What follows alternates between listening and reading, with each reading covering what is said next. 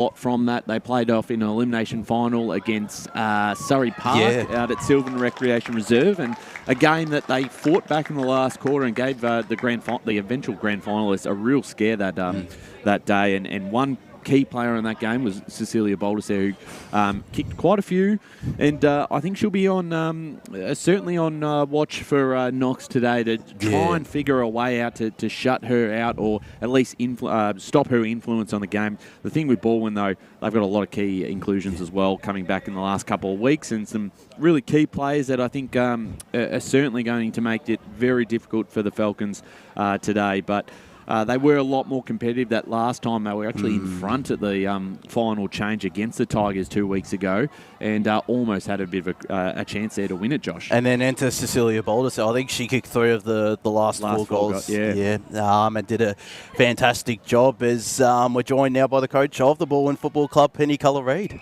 Penny, great to have you on board. She's just getting her mic on now. A fantastic season for the Tigers. Undefeated going into this year for Division 1. It's great to have you on board. It's very exciting for us to finally get a radio game watching Balwyn today. Yeah, it's been nice. I tell you what, though, it doesn't give the other team any opportunity to check out our film. So, it's awesome to be here. The girls have had a super season, and they're firing and ready to go. Absolutely. For you as a coach to assess this season, obviously coming in, I think we spoke about having a look at the side, that there was a big chance to, obviously with North Ringwood out of the equation as well, to have a real crack at the flag. I don't think anyone would have expected to go through the season undefeated. How about you for a coach coming into the season? What was your assessment prior to the season, and has it sort of surpassed expectations, or how have you seen it? The job's not done yet. Yeah. No, I think every year is different. You never know the players that come and go.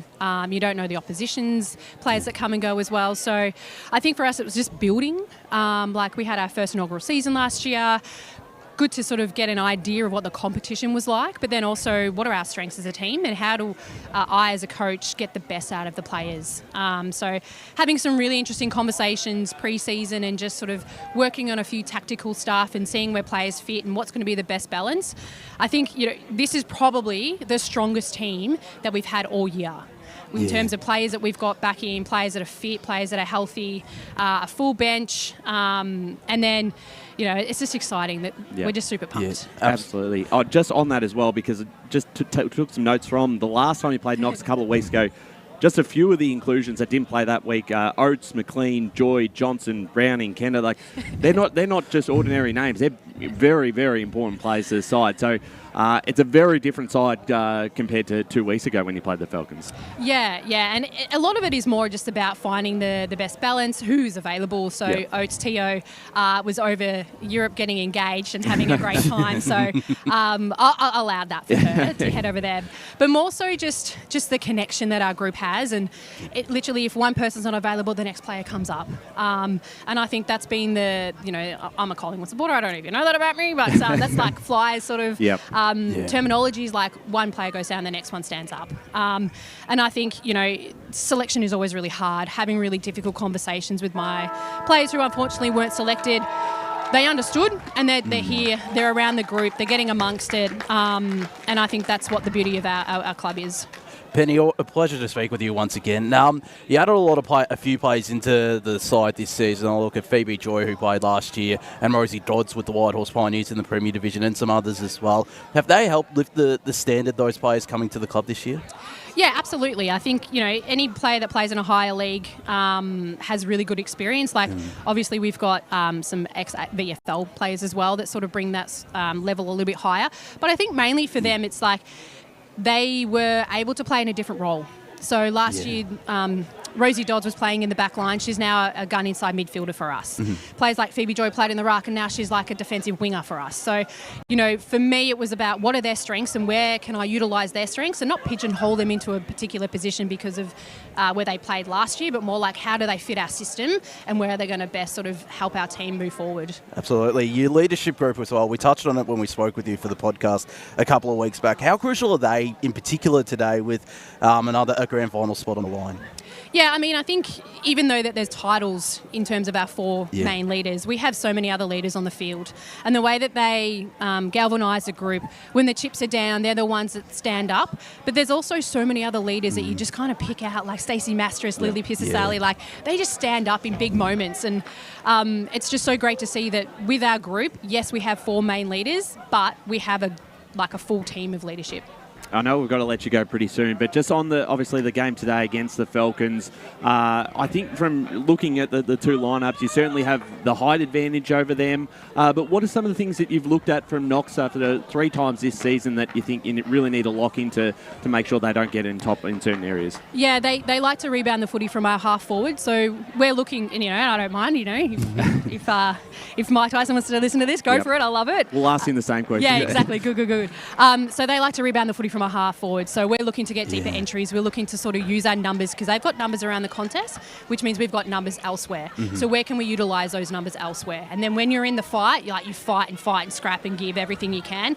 If you lose the ball, big whoop. If you don't, the idea is we want to put pressure on that ball coming out of the stoppage to allow us to then use our rebound game as well. Absolutely. We're going to have to let you go. Obviously, the game almost ready to get started. A big congratulations to the season so far. As you said, job's not done, so a big final series ahead. All the best today. Yeah, good luck for the call, guys. Thanks so much. Thanks Benny. The senior coach of the Balwyn Football Club has done an unbelievable job over the last couple of years to get them up and running for this final series. And it's also a big welcome to Mike Tyson from the Knox Football Club. Mike, always good to chat with you. Another big game today. Finals, very different compared to where you were sitting last year in terms of the numbers. Couldn't play that first final, so must be the first thing. Must be pretty pleased that you've got a good list running out today. Yeah, last year I think we had 10 available for the first week of the finals. This week we've got 25, so it's very different. The girls are excited. We get a good chance to take on the undefeated Balwyn team. How do you look at that, obviously, going into the final series where the Tigers have been super impressive? They haven't dropped a game this year. Does that give you, obviously, you first look at them in a final, but you've played them now a few times, and the last time you played them probably had your best chance at them, and I know they had some outs in that game, but what did you take from that last meeting that went really well, particularly in those first 3 quarters, that you're hoping to implement today? Yeah, we had a few out as well that day, but the physicality from both teams was fantastic. It was actually a really good game of footy to watch, playing in good spirits, and I think when you're playing against good sides, you've got to be engaged in the contest as long as you can. If you drop off for 5 minutes, 8 minutes, it's probably enough to get a bit of separation on the scoreboard. So you just got to bring the intent and physicality and just be dialed in for 80 minutes. Absolutely. You obviously played the Basin last week, but the 2 weeks before that, as Ryan mentioned, you played Balwyn and East Ringwood in what was a really good contest and a match of the round as well. Do you feel like that was a good lead in going up against 2 finalists and the eventual undefeated side in Balwyn? Yeah, it is a good lead in. You want to play finals intensities leading up to the the business end of the year. If you have a couple of easy games, then maybe the intensity might not quite be there. I know last week against the Basin, we had a big win, but we actually played really good footy, which is important. We didn't want to drop off and just win by a couple of goals. To put the foot down and play how we want to play was really important leading into this week. Absolutely, and I asked Penny about their leaders, but also some of your players as well, players like Taylor Prentice, Holly Gibson, and some others as well, Briley Dalparis, who have been a part of premierships before and played finals footy before as well. How crucial are they today in this contest? It is. So on those names, you got Michaela Ergarov as well in a leadership group, and Danielle Brotto. I put the ownership on them that they have to see things and adapt on field as well. They can't wait for a message to come from the bench, so they have to be another pair of eyes and adapt to what they see out there too. Yeah. As quickly as we can. Absolutely. And the last time we saw her, obviously, against East Ringwood, a couple of, Stainthorpe, that was the first time I've seen her play live, and she was fantastic. Really young player coming into the lineup. Jazzy Stocks is still pretty young. She was... particularly her intercept marking that day was spectacular, and I know she can also get on the front end and kick some goals as well. You must be pleased, again, the continued development from these younger players that are now transitioning into senior footy. It is great. I think of the 23 we got selected for today, we have 18 who are 23 and younger. which is great. There's 19 of 23 are Knox people as well, which is great. But the strength from all clubs lies from your junior program. If you're strong there and you invest time, then hopefully it falls into your senior club as well. And we're getting that at the moment, which is fantastic. Yeah, definitely. And of course, the game itself, we asked Penny a similar thing. What's some of the things that, Balwyn, from the 3 times you've met, have done well that you've certainly identified coming into this game that you need to look at to make sure you get on top and don't let them have their way? Well, you got to nullify Lynch in the ruck as much as you can. Yep. She's tall, she's dominant, she gets a clean look on the ball a lot to her mid, so we're going to engage there. And then going forward, Baldus there, great player, kicked 60 goals for the year, I think. Obviously, if you keep her to 1 or 2, then the game sways back in your favour a lot. So our captain, co-captain Briley Duparis will play on her, and that's a huge role in itself.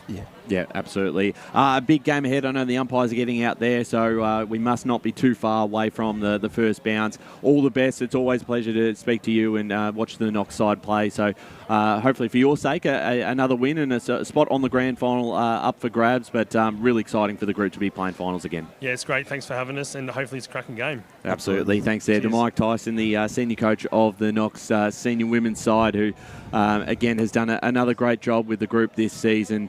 We've got 2 very good coaches going into this one, and looking forward to really getting stuck into this game, Josh. Good insight from both coaches. Absolutely. And just hearing from them about how they're looking at this game. It's very exciting when you got a spot on the obviously up for grabs in the grand final. It's great, but it does help when you qualify for the top 2, because it's not the end of the world if you don't get up today. Yeah, absolutely. And Knox will take that advantage, no doubt, for with a matchup against, either of these sides potentially meet East Ringwood or Moorbark next weekend, and either Knox or Balwyn will definitely take advantage of that. They've defeated them throughout the course of the season, and I've got no doubt that this has the potential to be the grand final preview in season 2026. But Division 1, it's throwing up a few surprises this year, so we'll wait and see how it pans out. It does. Yeah, it has thrown up some surprises, and I think when you look at the Tigers, their inclusions as just those names I think we mentioned before. Some Massive. of them are just big inclusions that you're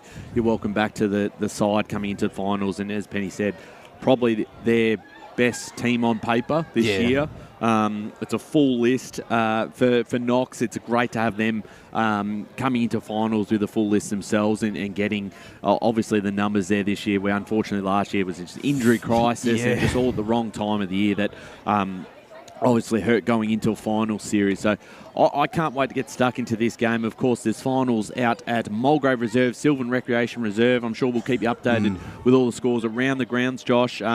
We saw one game here earlier today where Wanturna South had a big win over Warrandyte to qualify for a second consecutive grand final appearance in Division 4. I think it was 69-7 the final score in the end, but it was a big victory for the Devils, as you mentioned. Similar to their game last weekend, but Wanturna South were able to kick straight as Balwyn make their way onto the park. And I must admit, I'm a big fan of their Guernseys as well with the neon yellow, almost like the Richmond yellow, the Richmond Stealth Guernsey from a couple of weeks ago. Very good point. It's very similar to that, but I agree, and I think actually this jumper is much better than the men's Balwyn one, where they've got nothing. There's no emblem on the front. No, there's nothing. So that's a fantastic jumper, and I'm really excited to see them live for the first time. As we said, we didn't catch them during the home and away season. They've been a class outfit, and the credit to the playing group, but also to what Penny has done, and to be able to get someone of her quality, her experience at high levels of football, to have her come into the club last year and obviously the last 2 seasons, you can't buy that, can you? Yeah, the experience in that is just so vital for the club. No, you can't buy it, and she's been able to gel this group really well, because essentially they've been different groups coming together the last couple of seasons. You know, you look at players like a Sally Lynch, Lily Pizzazale, and some others as well. The two Rolands, I'm pretty sure they've all played with Darebin. I know in the Northern, and I think a couple of them have played VFLW footy with Darebin in years gone by. And then there's others as well. You've got the Whitehorse girls that came across this season, and Phoebe Joy, Orna Higgins, and Rosie Dodds. I think they've done really well to improve their chemistry as a group over ever since their first ever game as well, which I think was against Knox as well from memory. It was, wasn't it? That was a win as well. Maybe down at Knox Gardens Reserve. I think so. My memory's hazy on that, but I think this group has done exceptionally well, and going rightfully as the red hot favourites heading into this Division 1 final series, but Knox, they've got a lot of leg speed as well. They've got some pretty good outside run. I'm sure they'll be up for the fight as well. Yeah, certainly. Looking forward to really getting into this one. We'll just try and see if we can get some of those scores from around the grounds. If you've just joined us, Montana South into the Division 4 Grand Final after defeating Warrandyte. We've got an update from Mulgrave Reserve. Boronia Gold have defeated Norwood 70-27 out there at Mulgrave Reserve. So I think it was about 19 points the last time they met, which we saw out at Tormore Reserve as well. And now they book a date with Warrandyte next week. So I reckon that's an interesting contest, the Bloods and the Hawks. I still think, based on what I saw today with Warrandyte, they can certainly get over the line, the Bloods, but that's now 2 consecutive games they've dropped, both to the same opposition. Might feel just a little bit of pressure as both captains move into the middle. We'll get the result of the toss of the coin shortly as well, as it looks like Knox may have won it. It looks like there might be some consulting. I'm not completely sure. I think they might be doing They'll do it again. One of the rare occasions where it's done again. It is Knox kicking down the hill to the right of the broadcast, and Balwyn will be kicking to the left. Very historically, we've seen a lot of footy down here at H.E Park over the last few years. That is the scoring end of the ground. It is. When it's been used properly, I know the wind doesn't seem to be too much of a factor today, but that is going to be pretty key. And Kate Green, who we have on boundary level, might be able to tell us about the conditions out at ground. Kate, welcome to the broadcast of this second semi-final. Thank you, gentlemen. It's a interesting day weather-wise. The ground is a little bit damp, but actually a heavy ground. So the ball's not going to be able to bounce as much as what we've normally seen on this ground. I think it'll suit both teams because both teams are very good at all-weather conditions. So this is going to be a great contest between both. Yes, massive game ahead. We're very close to the first bounce. So we'll get, while we've got you down at ground level, your tip for today's clash between Balwyn and Knox? I went Balwyn, just the way they're running at the moment, and I just feel that Knox just will. They'll be gallant and tenacious, but I think Balwyn will have it over them. I've tipped Balwyn as well. Just gotten an update. The North Ringwood and Heathmont Blue final in Division 5 has gone to extra time out at Sylvan Recreation Reserve. Score in that one, 25 apiece? 25 apiece. North Ringwood Black kicked 3-7 and Heathmont Blue kicked 4-1. Well, so. Josh, when I got here, I got a cheeky little comment from all the Heathmont crew going, Kate, you didn't go Heathmont. What's happening? Hey, well, I did tip that Div 5 side, but I haven't backed them in the elimination final against Waverley Blues. I've tipped North Ringwood on that one as well. That's a very fascinating one, so we'll keep you updated on that game out at Sylvan. But right here at H.E Parker Reserve, we're ready to go. First bounce of the second semi-final. It is Balwyn versus Knox, and Lynch gets a tap down and went straight to Browning, who sends it inside 50 as quick as you like.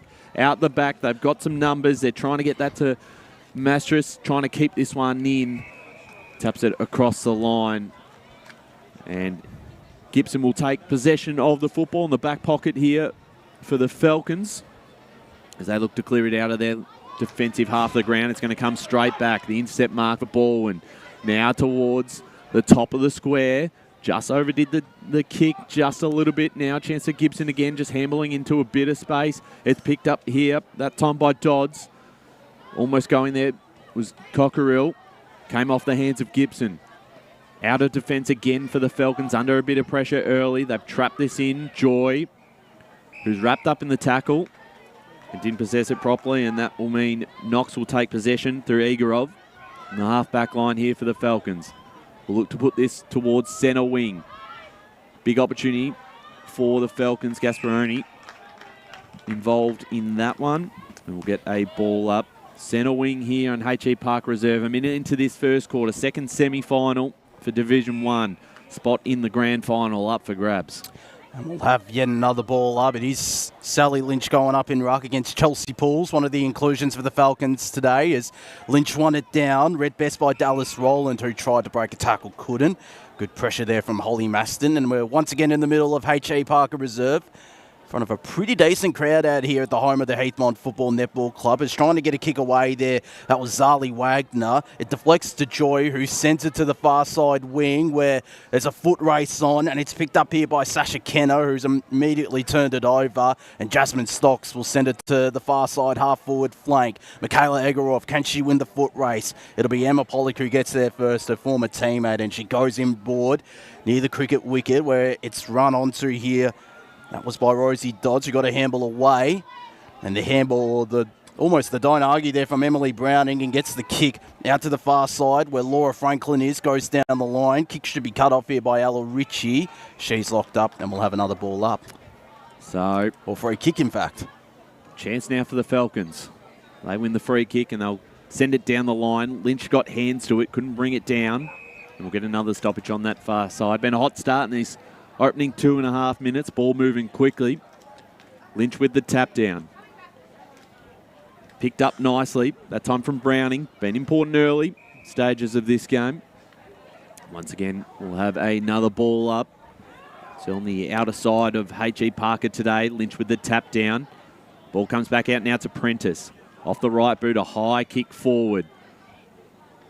Came off hands. Falcons with some numbers at the front of the pack. But it was Bulls that was wrapped up in the tackle. A little bit closer to the Falcons' goals. Lynch with the tap down. Stolen away by Wagner. Her kick towards the forward 50 here for the Falcons. Trying to chase that one. Capasalis.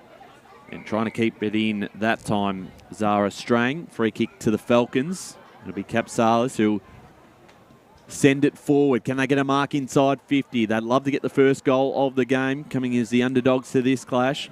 Kicked away that time by Dodds. It's going to come straight back as the Falcons have set up well now. Back inside there, attacking half of the ground. Can they get a mark out of this one? Came off hands once more. And we'll get a stoppage inside 50 here for the Falcons. First foray forward for them as Lynch won that down. Of course, the ball and co-captain alongside Talia Oates. And yet another ball up will take place right near the cricket nets out here at H.E Parker Reserve. Plenty of players surrounding this footy. Holly Maston couldn't escape. Good tackle applied there by Zara Strang. As Lynch won the tap down in the direction of Laura Franklin, who couldn't take clean possession. Wagner could, but immediately turned it over and headed to the far side wing in the direction of Kenner, who's now going to have to apply the tackle here on Ella Ritchie. And we'll have a ball up right near the new finals banner out here at H.E Parker Reserve. Yes, looks fantastic. Senior Women's Finals Series. Also got the banner out at Mulgrave Reserve where grand finals will be taking place this year. Tapped down by Lynch. Trying to get it clear that time was Dodds. Was on hands and knees. Comes back out to Joy. Handballed it off. This is Sally. Her kick turned over. Once again, the Falcons can push forward. Good mark. Standing in front that time. Might have been Warren or Igorov. Inside 50, Lynch. Great hands there for the Tigers. She had a pretty good start as well as the skipper and the former Darebin Falcon. It's to the far side wing where a good mark's taken by Emily Browning. She's almost on a furnace to start this quarter as she heads to the centre half forward line. We're getting a push in the back. Free kick is Stacey Mastras. Baldassare streaming towards goal, as is Cassidy McLean. She eventually boots the ball in the Baldassare direction. And she is In range, I reckon Cecilia Boulder says she has one of the most powerful left boots. This is the former East Burwood player. Yeah, no doubt she's in range, and this will be a very interesting matchup where they play two on her, how they're going to obviously work through this, because when she gets front position like that, very hard to stop.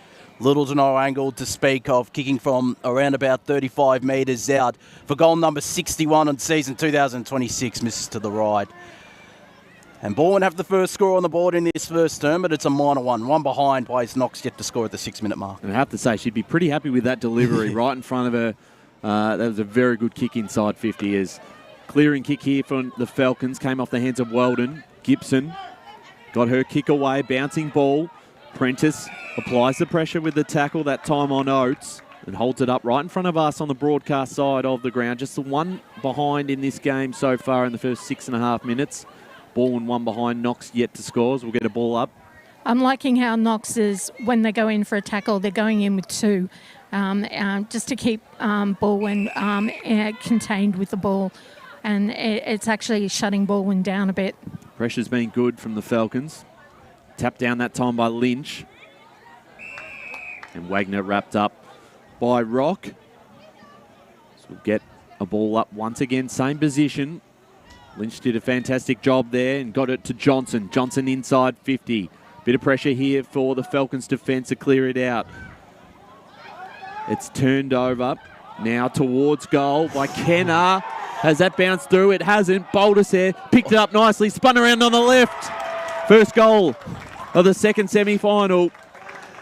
And Baldisaire has got Balwyn moving 1-1-7 to Knox. No score. Jeez, I reckon Mastris was a little bit stiff there as well. Well, actually, I looked down at the wrong time and looked like it would just about gone through. I thought it had as well, but of course, when you've got a player of the calibre of Cecilia Baldisaire there to mop up and literally just allude to Knox defenders, she's all classes, the former East Burwood player, and that's now goal number 61 on season 2026, and has done a fantastic job, has led the charge for Balwyn in their premiership charge, and has the first goal, has the first 7 points. Just had a look at the replay, Josh, from Kenner. It bounced on the line, so umpire, right call. Umpire's call indeed, as Lynch will follow up her ruck work with a left foot kick, heads towards this broadcast side where cutting it off there was Maston, couldn't take clean possession and is locked up. And right in front of the turf wicket out here at H.E Parker Reserve, the ball will be thrown up. It's run onto by the Falcons. Maston as an outlet, heads to the half-forward line where the kick is intercepted and the mark paid to the Tigers. As they are called to play on there, that was Helsby with the intercept. Got a handball away in time. The kick headed into the middle, and it was a strong grab there by Balwyn, who looked ahead long. This is Stacey Mastris, who goes short, in fact, to Ruby Rock, and she's going to get a chopping of the arms free kick. Another former East Burwood player, Rock, will look to send it long. Has Browning deep on a lead. Baldisaire's there as well. The fly from behind, nearly reeling in the grab, was Cockerill, is there on the ground, pouncing like a cat. She's around this footy as a holding free kick being paid to the Tigers. And an opportunity for them through Nicole Halford to go deeper into attack.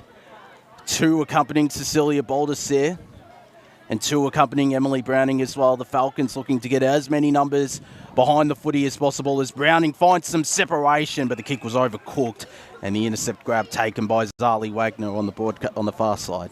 So clearing out of their defensive half. Good mark. Juggled that one and took it nicely. So forward here for the Falcons. Trying to trap that one that time. It's Cass Warren. So we're 10 minutes into this first term. It's 1-1-7 Balwyn. Knox yet to score. Thanks for joining us today on EFNL YouTube or Facebook.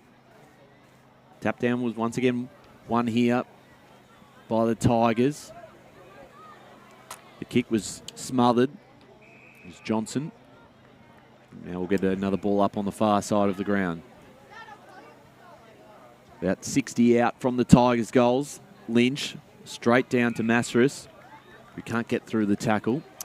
It's going to be key, as mentioned, that their work around the contest. Obviously, Lynch has got a massive advantage there on height in the ruck and is just so dominant. So can they work around that through the stoppages here? And a free kick this time going the way of Stainthorpe, who looks to switch this out to Gibson. Dropped the mark but controlled it enough to now send it forward. The kick works out okay. Tigers have got plenty of numbers behind the ball. No mark taken. Inside 50. That time by Warren. Almost the mark from Gasparoni. Off the right boot. A long kick towards goal. A high kick. No mark taken. Brotto loves a goal on this stage. And she's got the first for the Falcons. Always dangerous inside 50. And Brotto gets Knox first. 1 straight 6 to Balwyn. 1-1-7. That's the footy IQ she provides as well, does Danielle Brotto. And you're not wrong. She has kicked plenty of bags out here at H.E Parker Reserve. And as was mentioned in the pre-game, she's going to be vital with her experience alongside others like a Michaela Egorov, Briley Dow-Paris, and some of the leaders of this group if the Falcons are to get over the line. But we've already got a bit of a shootout going on between Baldessere and Brotto. Well, if you had a guess on who was going to kick the first goal for either side, I think most people would have picked Baldessere and Brotto. So the top 2 leading goal kickers. And that's now 43 goals for the season. She kicked 7 last weekend against the Base and her former side, Brotto, in that big 100-point victory as the tap down once again won by Lynch. The Tigers advance it further forward here and they get the kick inside 50 through Halford. Should be cut off here by Dow Powers, who elected to fist it forward and has to apply the tackle on Cassidy McLean. And there's a free kick found for the Falcons.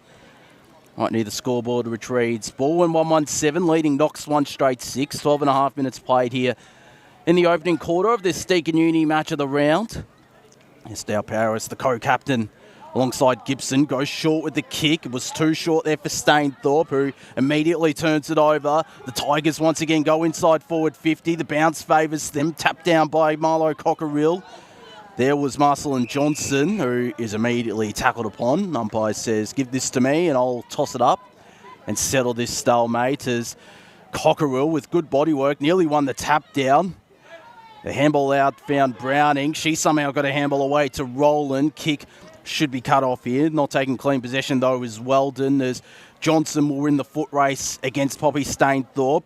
Gets a handball back to Nicole Halford, who somehow got a kick away, but it's all Knox at the fall of the ball, and they're able to intercept and clear defence through Gibson, but it's coming back. Sally Lynch with the intercept grab. Still in the centre square, but will load up and go to the teeth of goal where Baldessere's up against 4. The mark not paid. Plays on immediately. Left foot snap is through. What great craft from Cecilia Baldessere, and she has their second and her second as well at the 14-minute mark of this first term. 2-1-13 the Tigers. Knox 1 straight 6. Brilliant work from Baldessere. Absolutely, and just great work from obviously Lynch, who set that up, and she's been really dominant so far in this first quarter, and continuously getting it in good positions for Baldessere, and obviously is just very, very hard to match up on. So off to a flyer is she. She's got the first 2 for the Tigers. Up against 4 there, though. I know. Well, it's going to take a bit of time, I think, to really try and work out how to stop her as Knox sock her off the ground, trying to go forward, intercepting that Holly Maston. She can pick this one up cleanly, just miss the ball. As a bit of a scrap here for this one. She applies the pressure with the tackle that time on Ruby Rock. We'll get a ball up, far side of the ground here at H.E Parker Reserve. Almost 15 minutes into this first term. Igorov wrapped up in the tackle. Great contest so far between the two sides. 1v2 coming into this one for the second semi-final. The free kick here going the way of Sally Lynch, who's done everything right so far to this game. Skipper of the side. She goes forward. No mark taken. Bit of a collision there. There's been a pushing free kick going the way of the Falcons, so they'll take possession here, and wanting to move this on straight away was Carter to Gibson. Gibson now long kick forward. Clears everyone, but Balwyn are well set up behind, so they'll be able to run this out of their back half. The kick finds its target. So Halford Uses the middle of the ground, picked off by Wagner. Reddit Rell. How's the kick inside 50? Gasparoni's leading for this one and takes the mark on the chest. It was a fantastic kick there by Wagner to be able to hit up the target. And now Gasparoni will have her first shot of the day. She's been prominent early on as well as Wagner in that midfield for Knox. Yeah, absolutely. And the kick couldn't have been more perfect for Gasparoni. Can she get Knox's second of the day and bring the margin back to 1 point? The kick is right, and it just sneaks across the line for a minor score. So Knox moved to 1-1-7 ball and 2-1-13. We've played 16 and a half minutes gone on this first term. So we're into red time out here at H.E Parker Reserve in the first term of this Deakin Uni match of the round. Second semi-final action in Division 1 between the Tigers and the Falcons as ball will elect to go to this broadcast side where Mastris was there, Kenner out the back. Is tackled immediately. Is she going to be pinged? She is. Umpire said she dragged it in, so Knox will have another opportunity to load up and go inside forward 50. Stainthorpe's there as an outlet. Heads in the Gasparoni direction. Went over the top of her head, and the mark was taken by Zali Wagner, who's on a little bit of an angle, but is about 25, 30 metres out. It's one of the stars, one of the leaders of this Knox side. Comes in for the Falcons' second goal. And to equal the scores out here at H.E Parker Reserve, it remains right and is through for a minor score. It is 1-2-8 Knox playing ball in 2-1-13, 17 and a quarter minutes gone. We've got just over 2.5 minutes left in this first term. Gentlemen, just on a side point, no more running down that hill to grab the ball with that fence there, finally. Yeah, it's always an issue out here at H.E Park Reserve, so that's good to see as the ball's cleared from the back half. It's a long kick out. It's going to be cut off here by the Falcons through Fisher. Bouncing ball. Didn't really favour anyone. It's a bit of a dangerous one for the ball and defence who try and clear this up. Grab that time. I think that was Stainthorpe. It's been a free kick, throwing free kick. Play on advantage. Stainthorpe. Bang. Knox get their second. And they lead this game 2-2-14 to ball in 2-1-13. What a start from both sides in this one, Josh. They've done well, particularly the last couple of minutes, and it is probably a fair reflection on this contest as well. Both have had equal amounts of territory. I think Balwyn will be glad with going up the hill, which I know is not the biggest hill. There's more prominent hills around the grounds with hills in the AFNL, but it is still a noticeable advantage. But I mean, that's a valuable goal there for Knox, and they're able to spread out the goal kicker so fast through Stainthorpe, who's had a pretty decent start coming into the lineup today. And of course, Danielle Brotto, who is going to be key in this Deakin Uni match of the round for the Falcons, is Lynch. Boy, what a start she's had. Won the tap down. Her teammate there in Ruby Rock just tried to barrel her way through, couldn't, was locked up. And forward to centre for ball, and this ball will be tossed up with just over a minute left. Can they get a last gasp goal in this first term? As ping for holding the ball is Stacey Mastris.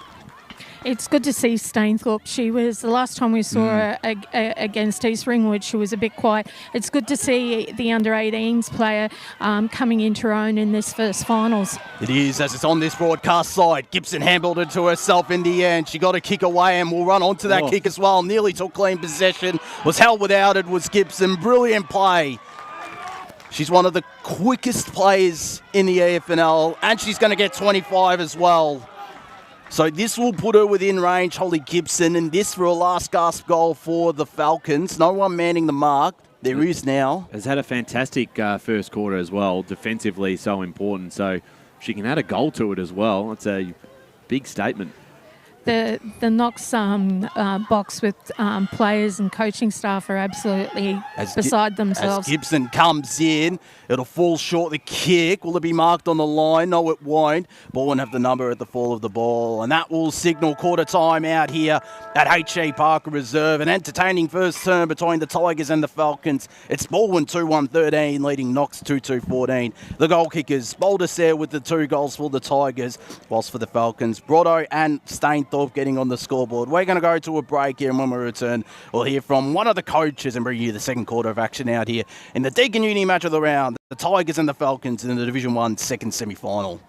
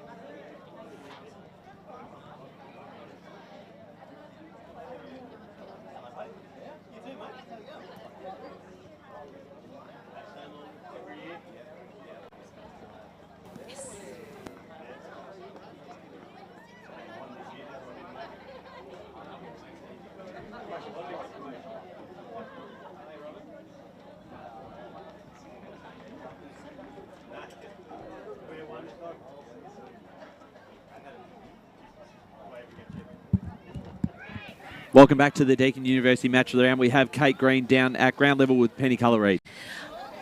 Very, very strong quarter from both sides.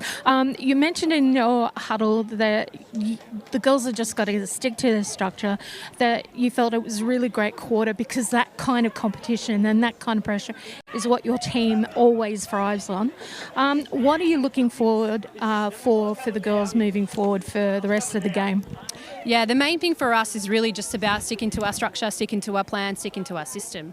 Like, Knox is a great side and we love the fact that they bring the heat. We love that pressure. We thrive on that. We've been working on using that energy to then utilise our strengths. And what are you expecting from them for the rest of the game? The same? Yeah, a little bit of the same, but just like stay nice and calm. We play much better footy when we're calm, under pressure, and there's a lot of anxiety going around. We just got to take a breath. Take a breath, stay in your own footy brain. That's it. Thanks very much, Penny. All the best. Thanks, Kate. Cheers. Thanks there to Kate Green and Penny Colour-Reid as the second quarter gets underway out here at H.E Parker Reserve, and it's Lynch with a big fist, but it's Wagner who read it best, got the handball away, and the kick heads in the Maston direction up against Joy, who's going to get a high free kick is Phoebe Joy. In the other centre square is tripping there, and it was Holly Maston. Joy was down for the count. She's getting back up on her feet, which is great to see. Of course, did play with Whitehorse last year, played in their premiership back in 2022 as well, back in the one-off Premier B grade as well, I remember, as this ball locked up. You were there that day, weren't you? Calling yeah, that one? I think that was a pretty close. It was against Stonevale in a pretty close game. 1 point. Absolutely, it was, Josh. And it was a bit of a low-scoring affair. This certainly isn't so far, as Wagner tries to extract it out. It favours Lynch, though, who got a handball away, and quickly getting the ball away was Laura Franklin. The handball back to Lynch, who tried to break a couple of tackles, still got a handball away, and locked up immediately there are the Tigers. And Laura Franklin, who's been in and around the footy, as has Lynch, who tapped it down to Wagner, two of the better players so far today. Lynch, though, got the rebound and headed inside forward 50. Gibson nearly reeled in the one-handed grab, launched it into the middle of H.E Parker Reserve. It went over the top of a couple of players' head, and it'll dribble its way just short of the forward 50 arcers. Getting the handball away there, Zara Strang to Laura Griss, who finds her teammate there on the far side wing. Wheels around, goes into the middle where it's intercepted. This might be Ellie Weldon, of course, the former Basin player. Heads out wide to Jess Warren. Far side wing, she has the pill. Goes to the right half forward flank where all by herself is Rachel Carter. Getting an inclusion today for the Falcons as she heads inside forward 50 where it's easily intercepted by Emily Browning. So for the Tigers, they'll clear it out of their back half. Towards us broadcast side, the bounce did not favour Balwyn. And now for the Falcons, a bouncing ball inside 50. Came off the hands that time of Browning. They clear it up still. And now towards centre wing. Gibson was in front position. Dibwell got a hand to it. Pushes past her opposition. Keeps this one alive. Now picked up that time by Johnson to Cockerill, who's wrapped up in the tackle. So a ball up. Boundary side here at H.E Parker Reserve. If you've just joined us, 2-2-14, Knox lead. Balwyn 2-1-13 as we're into this second quarter. And there's going to be a free kick here going the way of the Tigers. That was an endangered kick. And it will go to Helford, who will send this one forward here for Balwyn. Towards a big pack of players. Who's going to fly for this one? Came off the hands of Lynch. Doing well that time was Ella Ritchie. Got her hands off, and here's Stocks. Got some speed on her. Off the right boot, keeping this one in play. Bounced off the hands of Browning. Involved once again. She's competed well here. And we're going to get another stoppage. The pressure's been great from both sides in the opening stages of this second quarter, similar to what we saw in the first term. It'll be interesting to see who kicks the first of this second quarter. Potentially can start a bit of momentum for their side. Knox go forward once again. Borna well set up here. The mark was taken. Pisasali, who's done a fantastic job, been best on multiple times this season for the Tigers. She'll send this one to a pack of plays. Came off hands once again. Going forward. Helford, been involved a lot. Cockerill did well against Gibson. Ball comes back out. Big tackle by Gibson and spun around. That is holding the ball. She has been outstanding in this opening half. She'll put this one forward. I've got numbers to the Tigers. And it's Helsby who's wrapped up.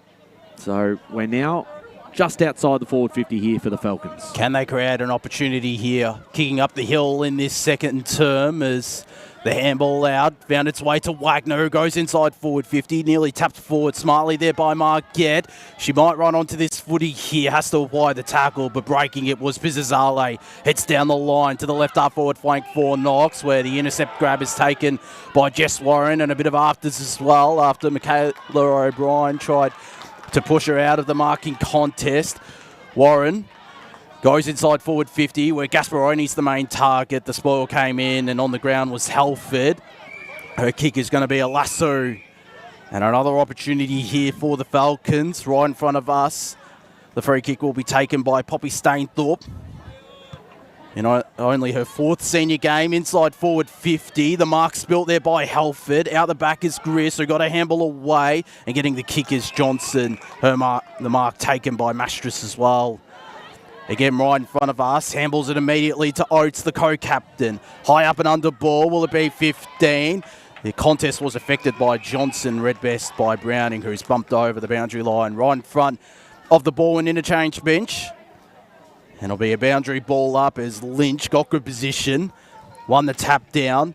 Wagner tried to break her way free. The kick will dribble its way out of bounds and be a free kick to the Tigers, who are weathering a storm early on. And the free kick will be taken by Lily Pizzazale in front of us. And right near her coach's box as she goes inboard with a short kick to Laura Griss. Has an option in the middle, all by her lonesome, and took a chest mark in the end. Looks to play on immediately. This is Laura Franklin, who goes straight through the spine. It's picked up here by Cockerill, who heads in the Boulder Sayre direction. Good body work and a good grab. Has an open goal square, but was too slow there. There's looking for options is Cecilia Boulder Sayre. Plenty of numbers flooding back now for both the Falcons and the Tigers. What can Cecilia Baldassare conjure here? Heads to the teeth of goal where Lynch will fly from behind. Couldn't complete the grab. Stocks was there. Somehow got a handball away, but went to her and is locked up immediately. And another ball up will take place right at the teeth of goal for the Tigers. Is there another opportunity for them to take the lead? Is this ball not going anywhere? And another ball up will ensue. Deep into the forward 50 here for the Tigers. Looking for their third of the morning. Tapped away. They've done well to escape now through Stainthorpe. They haven't got too much ahead, so the mark is going to be intercepted here by Talia Oates and can put the pressure back on Knox's defence as she sends this one inside 50.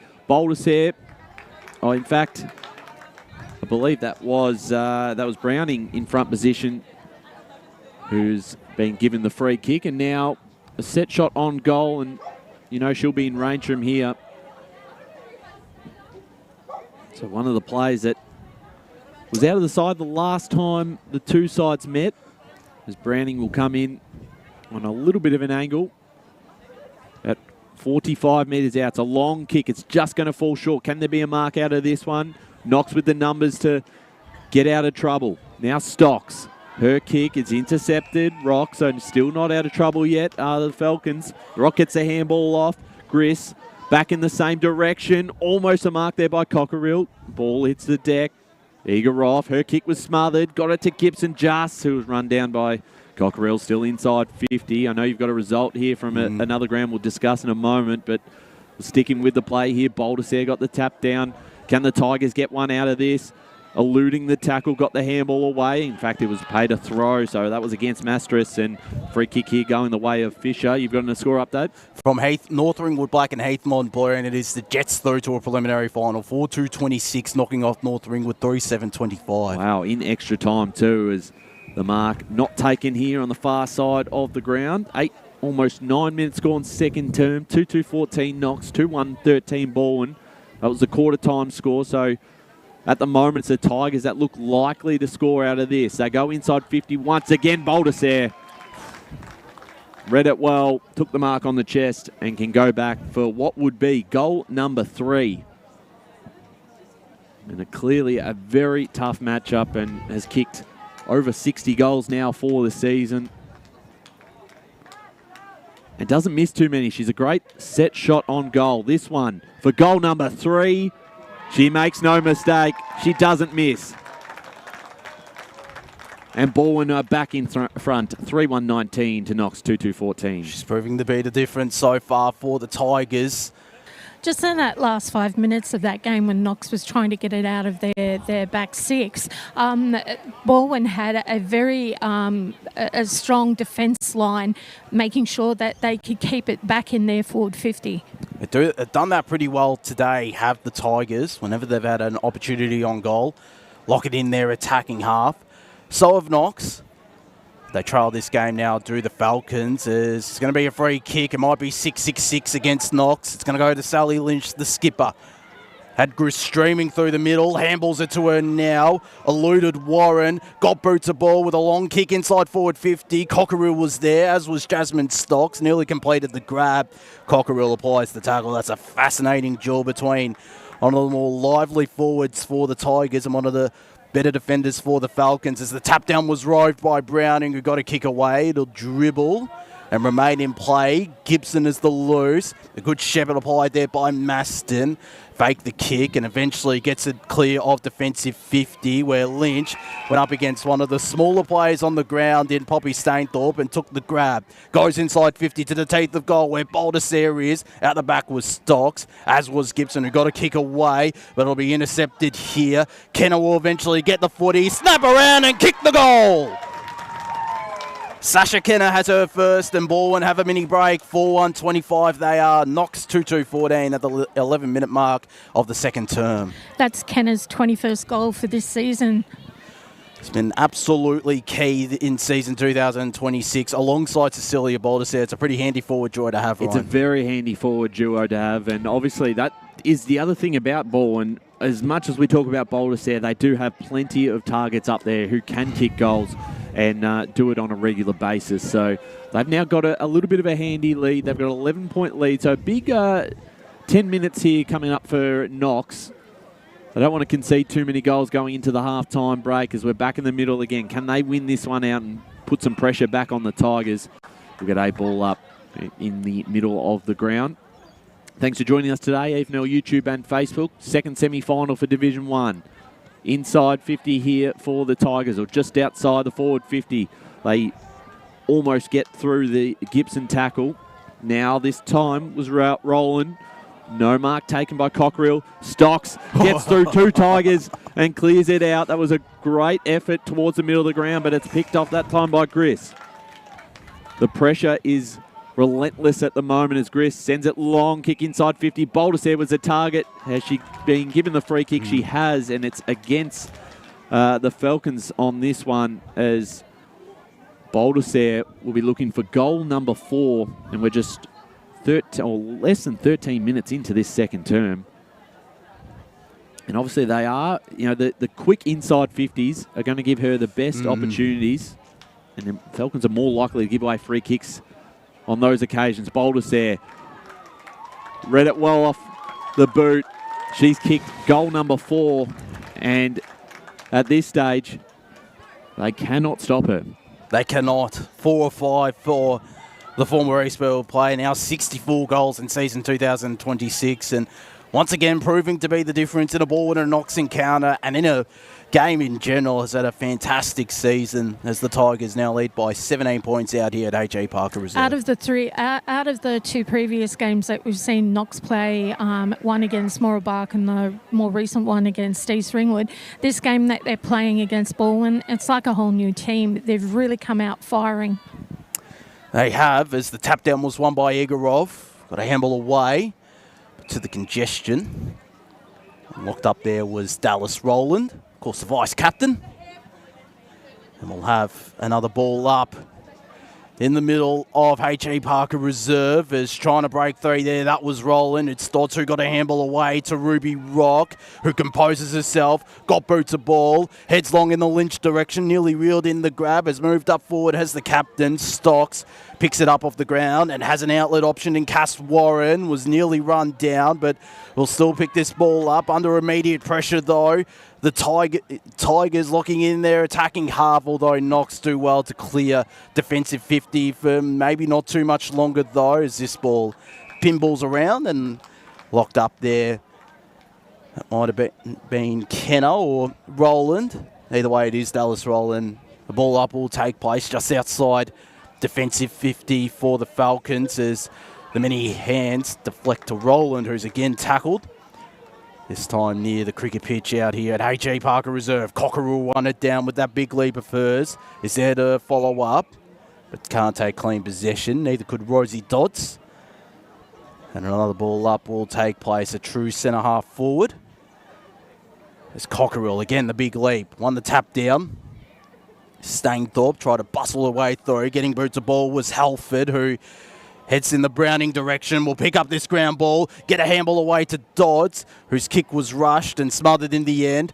Dodds tries to tap it out to Kenner. And another ball up will ensue inside forward 50 now for the Tigers, which means Lynch will go up. Browning just try to bustle away past her own teammate, Baldersair, under plenty of duress against Hayley Gasparoni, who looks like has been swung down into defence. As Baldersair puts her hand up to go in this ruck contest. Took it out of ruck. Tried to break the Gibson tackle. Couldn't.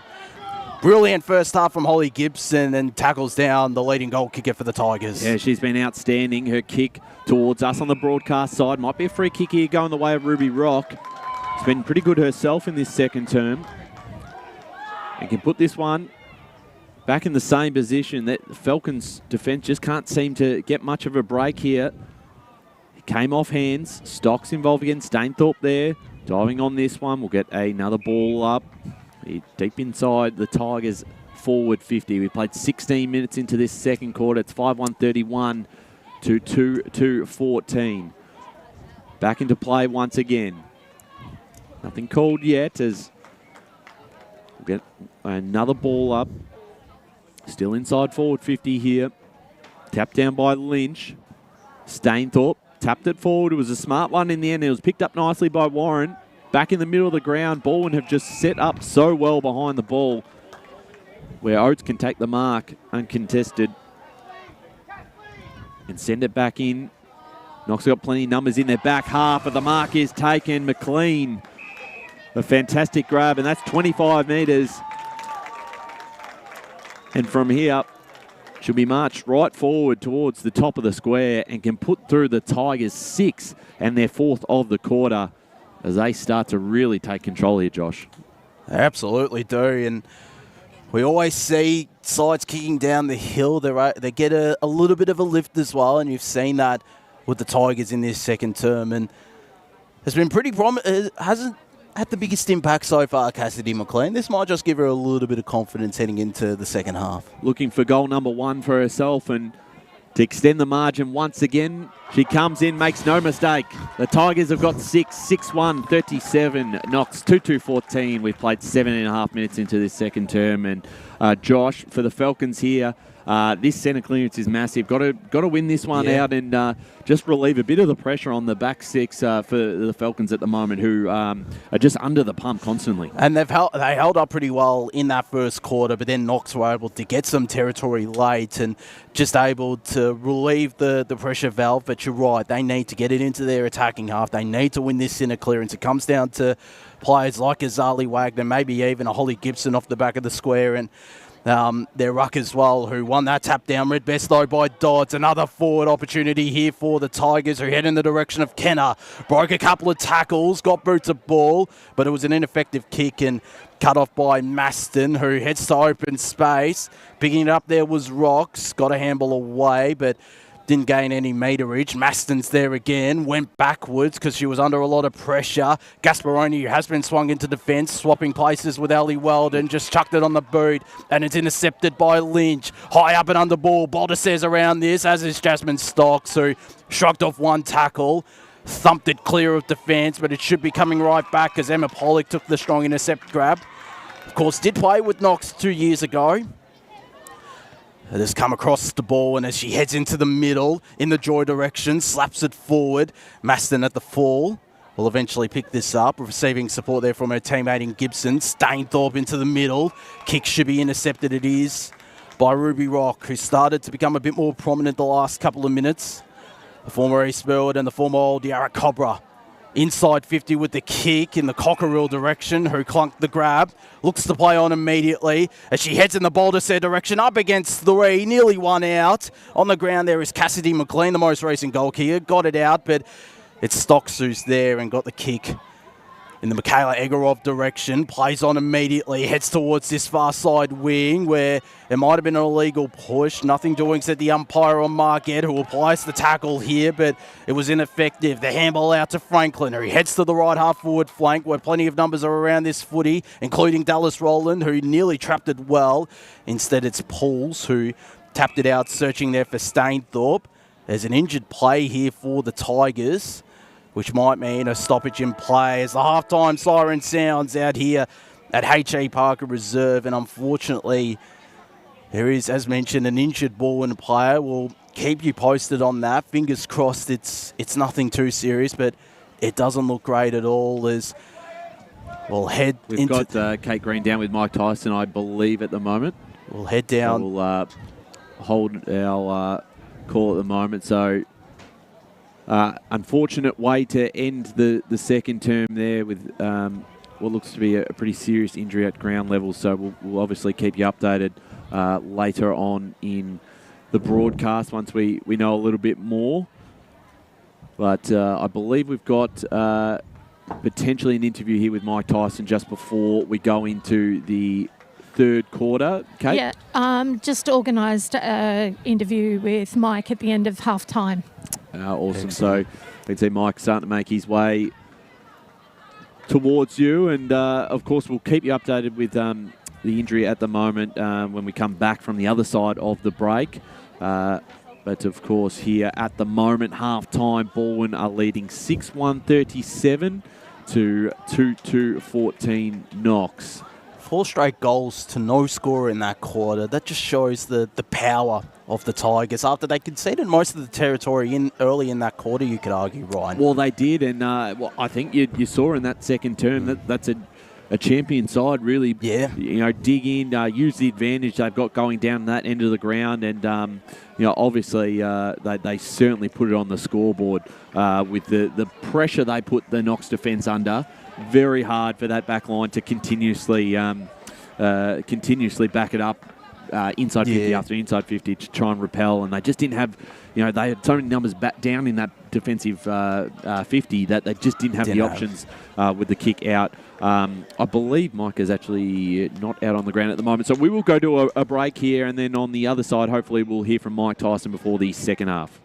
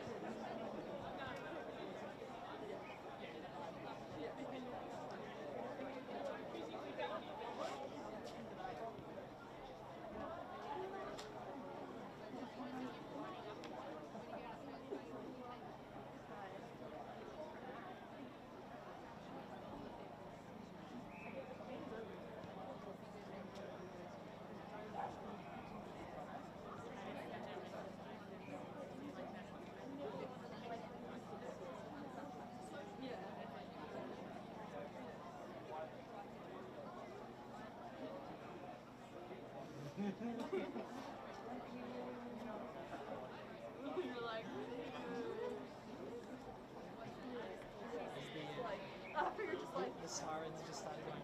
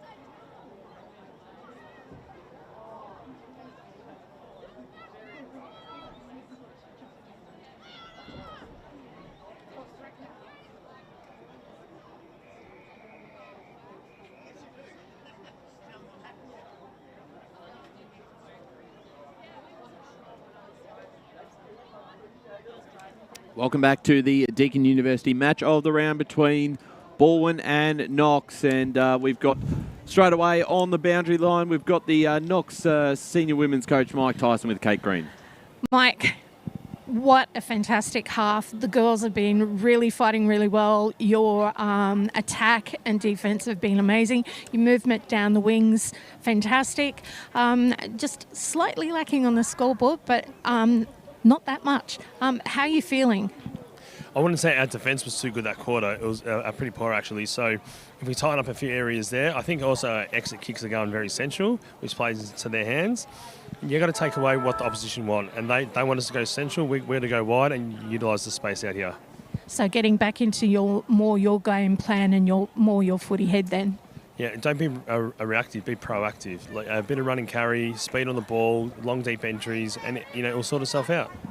Been very impressed of how you've come out of the gates for this game. You've really upped your game in intensity across the board from the last two games we've seen you through the home and away season. What do you credit that to? Well, finals footy, is intense, so we got to raise the bar. And if you drop off for 5 minutes, like you saw in that last quarter, things won't go your way. Well, Mike, I wish you all the best for the second half because we know you guys never give up, and it's going to be an absolute cracker. So all the best moving forward. Thanks, Kate. Thanks there to Kate Green down on the boundary with Mike Tyson, the senior coach of the Falcons. And as we said, that second term under extreme amount of pressure just does make a very good point. They did look that first kick out of defence, very central, right into the middle where Balwyn had all the numbers. I think, Ruby Rock was really key in that area there for the Tigers. So they can maybe push out a little bit and at least just get some stoppages outside of their forward 50. They might be able to set up. But they are going to that end of the ground, which is still the scoring end. The scoring end at H.E Parker Reserve. Yeah. So this is, if they are to win this game, they don't need a big third term. And we're all set to go as, not quite yet, as something has been called. So this is a free kick out of the middle going straight to the Tigers. And Lynch will take the first kick here in the centre square and send it inside 50. Can they get a mark straight away? They do. And going back to line up here will be O'Brien. Looks to play on, trying to hit up a target. Gasparoni did well, kept it in front of her, trying to get this one out of their defensive half. A clearing kick there from Warren, bouncing in towards the corridor. Almost a free kick given. It's Wagner towards the far side. Joy going to chase this one. The ball eluded her. Worked out okay for Oates, who got it back to Joy. And now forward they go. Wrapped up was Warren. And we'll get a ball up far side of the ground here, Josh. I think you're right. They need to also not just blaze away. As good as Gibson and Stocks have been, they've just blazed away and given Balwyn an opportunity to reload as yet another stoppage. The ball pinballing around. Lynch tries to break the congestion. She does. Hits to the far side, half-forward flank for the Tigers. It's a kick into the middle, flirted with danger, but it might work out here for the Falcons. They have Poppy Stainthorpe in the centre square, inside 50, the kick. Will fall short there of Talia Oates, who has to apply the tackle. In fact, it's a stalemate, and we'll have yet another ball up. We've got some score updates in the other two finals at Mulgrave Reserve. Upper Ferntree Gully 13 lead Templestone 9 at half-time out there in the second semi-final of Division 5. The winner to play in the Division 5 grand final in a fortnight's time as the handball out found Joy, who just got it on the boot and cleared defensive 50. Picked up here by Richie, who got her hands free and a handball away to a teammate who heads to a dangerous spot. The ball falls short. Stainthorpe's there on the ground. Handball away. Will eventually reach a teammate of hers. Maston, dangerous around this. Got a kick away in the Brotto direction. Bounce almost favoured her, but didn't in the end. And picked up here cleanly by Laura Griss, who is able to find an outlet option there in Rosie Dodds. Yes. Just a quick update on the injury to Dallas Rowland. She is now being referred to further medical assessment off the ground. So, thanks, Kate. There's a kick inside 50. The handball out. And now Lynch, a long kick towards the far side. This is where Knox now, if they can get to this first, they're under a bit of pressure. Wrapped up in the tackles. Well done there by Browning. Got an update from Sylvan as well. It's 3-2-20 Ferntree Gully leading Mitcham 2-1-13 in that first semi-final in the Division 3 competition. Tap down on the far side. Ball going nowhere, so we get another stoppage. 2.5 minutes into this third quarter. If you've just joined us, Balwyn lead 6-1, 37-2-2-14 Knox. The winner of this game straight through to the grand final in 2 weeks' time out here at H.E Parker. The loser this game will face the winner of Murubak v East Ringwood, which is being played out at Sylvan Recreation Reserve this afternoon. Maston wrapped up in the tackle. Just holding things here on the far side. Here's Prentice. The handball back. The kick was affected. Using her body well, Dodds. And we'll get another stoppage. Far side here at H.E Parker Reserve. In fact, it's a on the ball free kick. So waited a little bit to call that one as now Margette earns possession and kicks it towards half forward line. Great mark. That was Igorov. Used her body well, positioned nicely, and now puts Knox back in the Brotto direction. Could be a free kick. Wasn't called. Handball over the top from Maston was cut off. She applies the pressure, though, with the tackle. And we'll get a ball up and not far out from the Falcon goals. They need to get the next couple. Is there any chance of winning this second semi? Tap down by Lynch. Again, held up here, and we'll get yet another ball up. What can they create from this forward 50 stoppage, the Falcons, as Egorov won it down, tried to find Wagner. It's Stainthorpe, who's been prominent this game, almost pushed out there by Oates, who broke free, got a kick away, and the handball was very quick there from Mastris, who clears defensive 50, does her teammate with the kick. It's into the centre square where Gibson is. She somehow got a handball away, and a quick handball was a good one to Taylor Prentice. Long towards the goal square where Brotto's in a one-on-one, was spoiled from behind well there by a direct ball and opponent. Egorov, handball to Capsalis, goes for goal, cut off on the line by Phoebe Joy. I think it was Oates on her that time. That's, brilliant defence. Sure was from the Tigers, who are having to hold sway in the opening stages of this third quarter.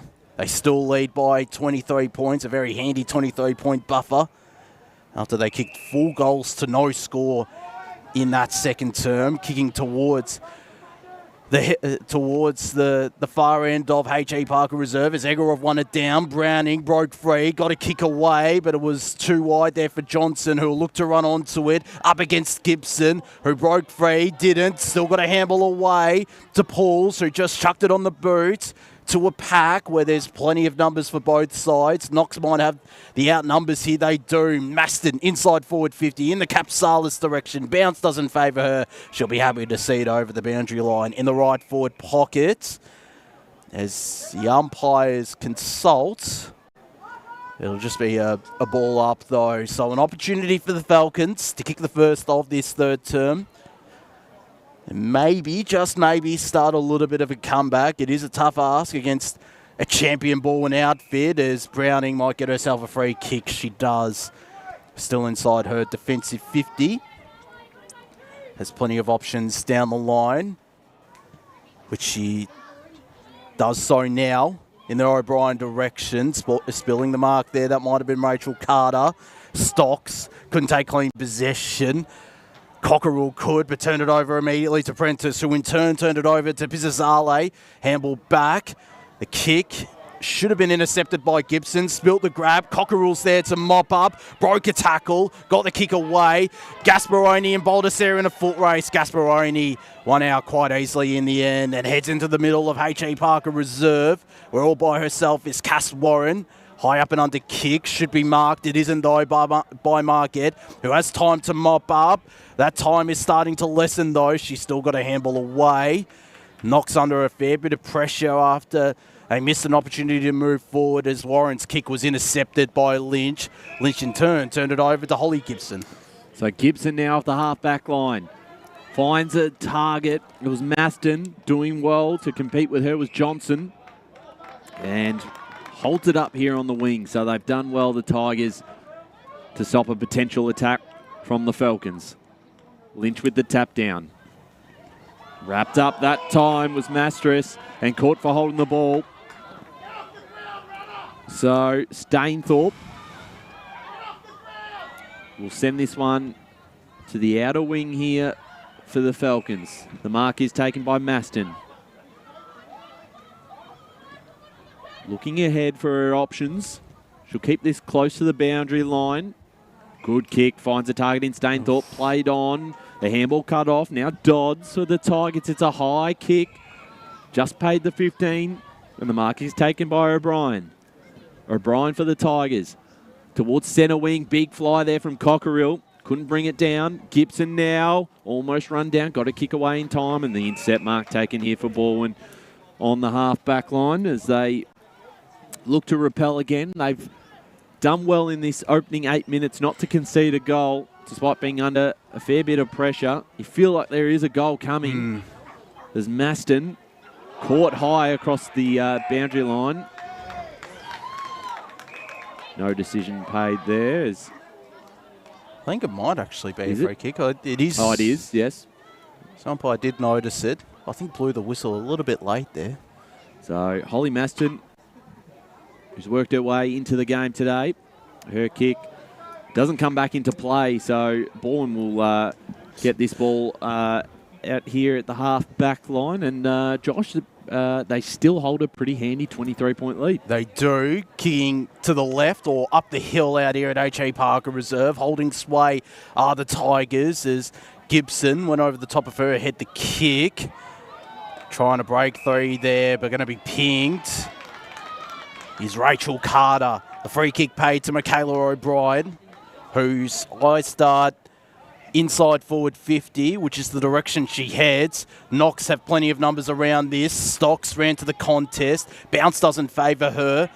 It does so for Browning, who got a handball away to Ruby Rock, who has been quite prominent, Rock. She's been good.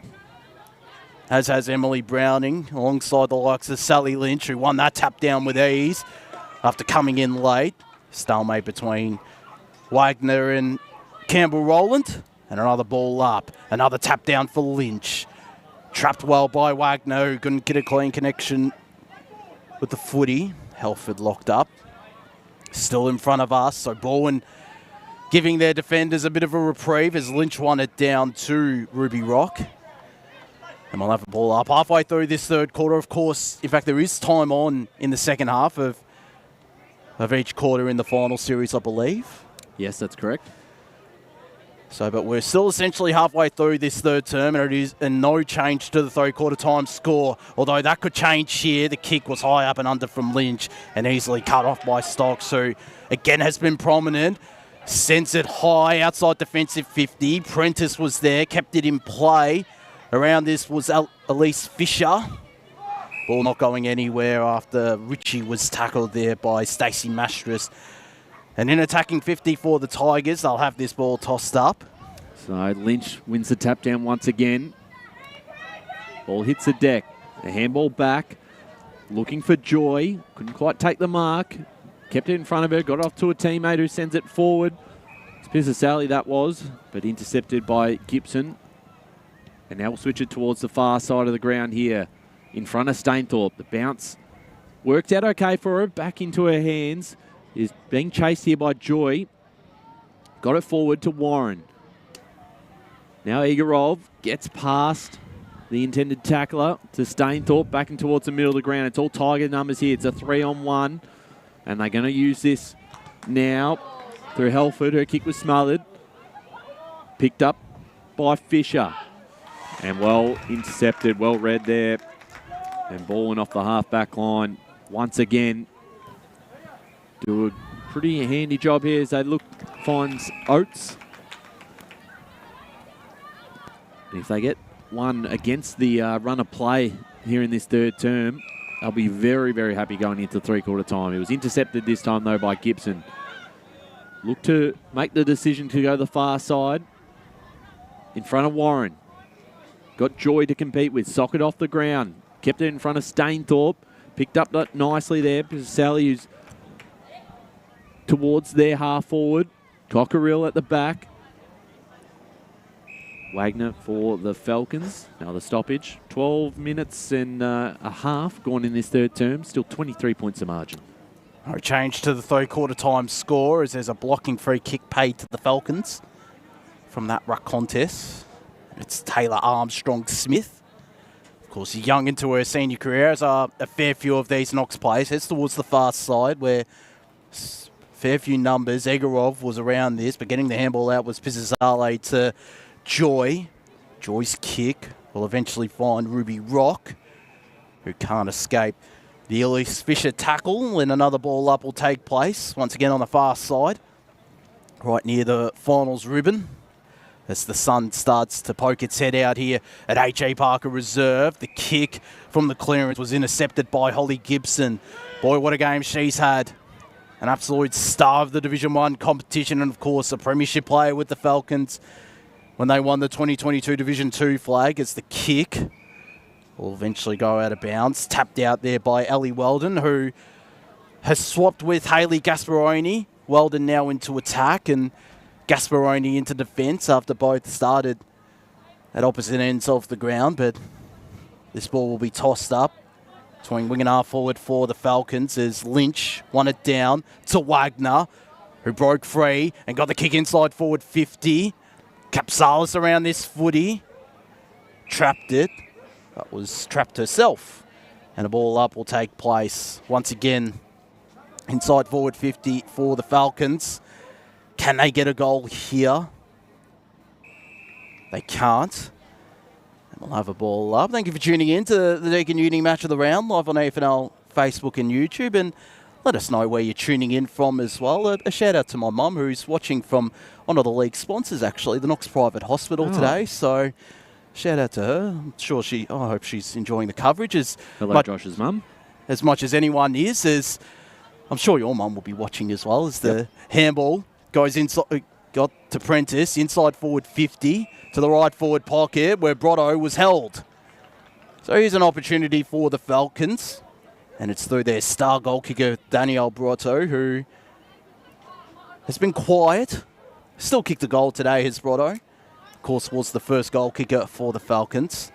This on a little bit of an angle. Around about 20 metres out, she'll kick this from the former Basin, the former Roval player. As you mentioned, Ryan, knows this stage all too well. Having played in grand finals with the Bears and the Hawks at this level and played in a premiership with the Hawks. Comes in, fades left, but goes through for a minor score. So the first score of this third term is a minor one. Knox moved to 2-3-15.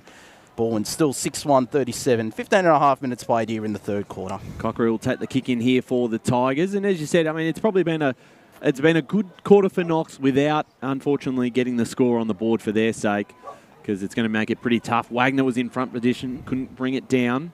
They're going to be desperate to get a couple of goals here in the last 5 or 6 minutes of this game to give them just a bit of a sniff and put some pressure on the Tigers going into that last quarter, but got to be pretty quick. Lynch with the tap down. It's going to come straight back. Igorov inside 50. Can they get a mark out of this one? Bouncing into a bit of space, reading it well.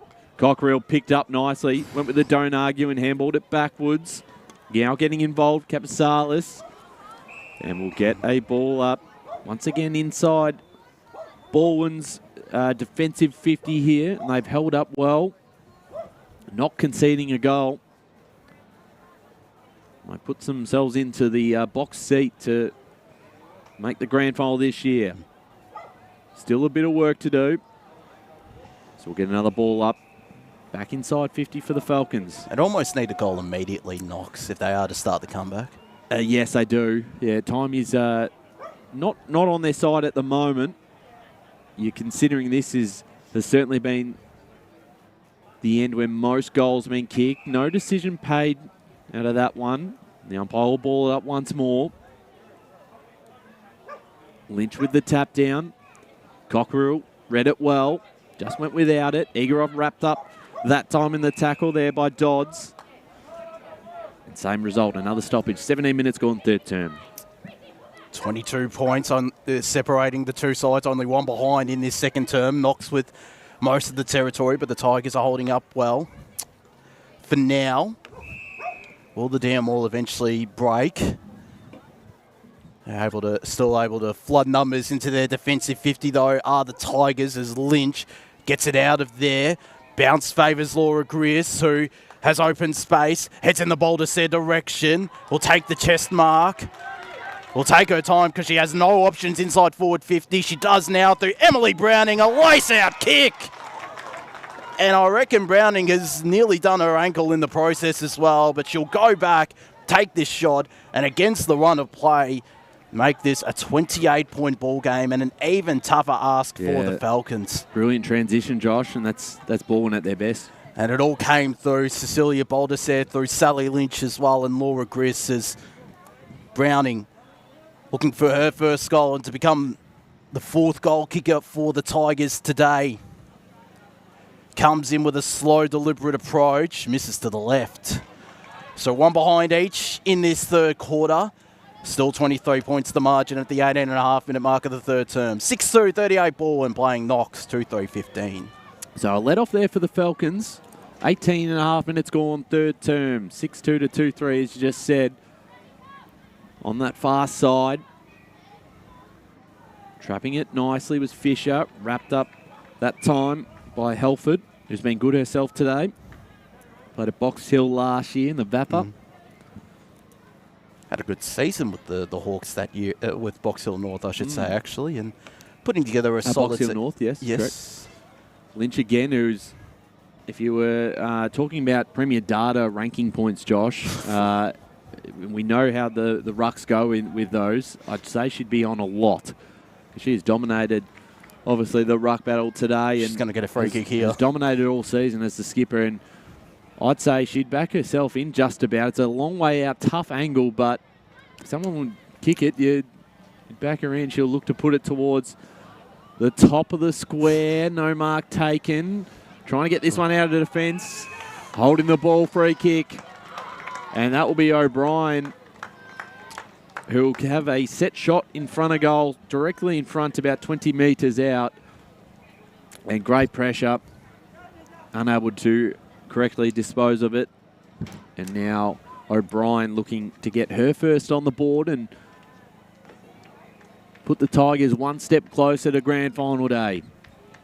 It's a 23-point margin, and it is now a 29.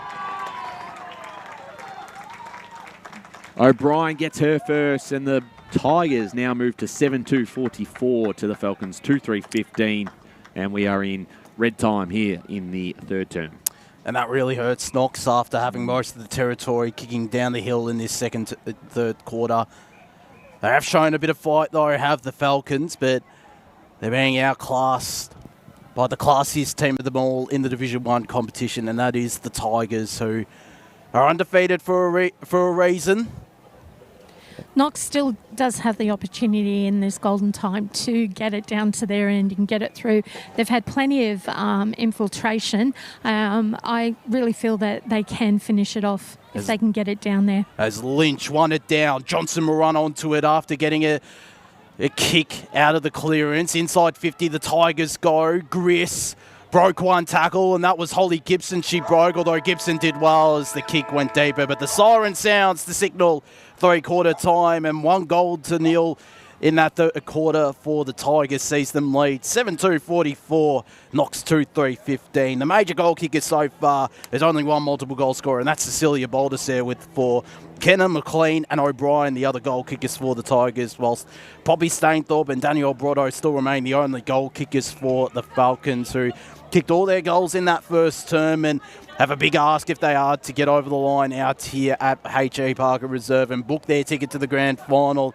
Balwyn do have a foot in that grand final, though, with a handy 29-point buffer. We're going to go to a break here, and when we return, we'll bring you the final quarter of action.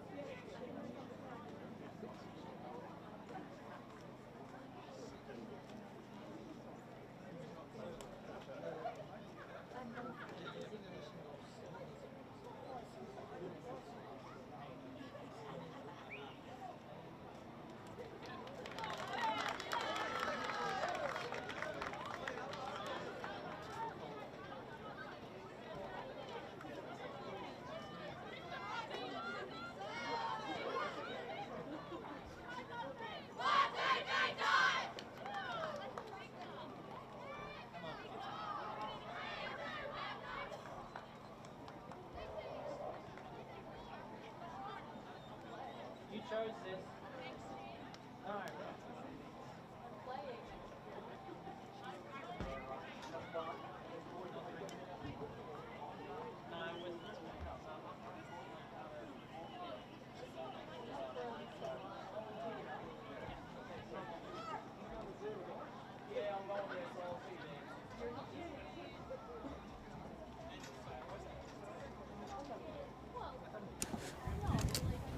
Welcome back to the Deakin Uni match of the round, live here from H.E Parker Reserve. It is Balwyn 7-2-44, leading Knox 2-3-15. Well, Go for some scores around the grounds, and out at Sylvan Recreation Reserve, it was Ferntree Gully 27 leading Mitcham 14 in that first semi-final, or elimination final in Division 3. And then in the Division 5 second semi-final was all locked up at 2-7-19 apiece. So could be set for an entertaining contest between the Dockers and the Kings, who, of course, made in consecutive weeks as umpire holds the ball off to signal the start of the last quarter out here at H.E Parker Reserve, and it is Balwyn kicking down the hill, and the Falcons kicking up or to the left of your broadcast as the Tigers gain some momentum from that stoppage. Can't escape it though, and a ball up will take place as Lynch, as you mentioned, Ryan, it would have racked up the premier data points, as has Ruby Rock, who got a handball away to Browning, chucked it on the boot. It's a thumping kick. The bounce doesn't favour her, nor Baldessare as well. Johnson's around this. Tries to get a holding free kick. Run down was McLean, who's going to be pinged for holding the ball. And the Falcons will look to immediately play on after winning themselves that free kick. It might be Ellie Weldon, whose kick bounced favoured her teammate there, heads to the far side wing where it's all Balwyn. Around this footy though, might be Gibson here. No, in fact it's Poles, who apply some good pressure and force the turnover. The kick down the line should be cut off here by Oates before Stocks ran onto it. She applies the tackle. Looks like that's a magnet been swung by the Falcons. Stocks into attack and Weldon back down into defence as Lynch won it down. Stainthorpe at best has had a really good game so far. Has a player who's still played under 18s footy this year, Stainthorpe. There's a free kick found for the Falcons. They look to thrust forward to the half-forward line where Stocks is around this. Won't be paid the grab. Still did well to take possession and head inside forward 50. The kick should be cut off here. It isn't, though, by the Tigers.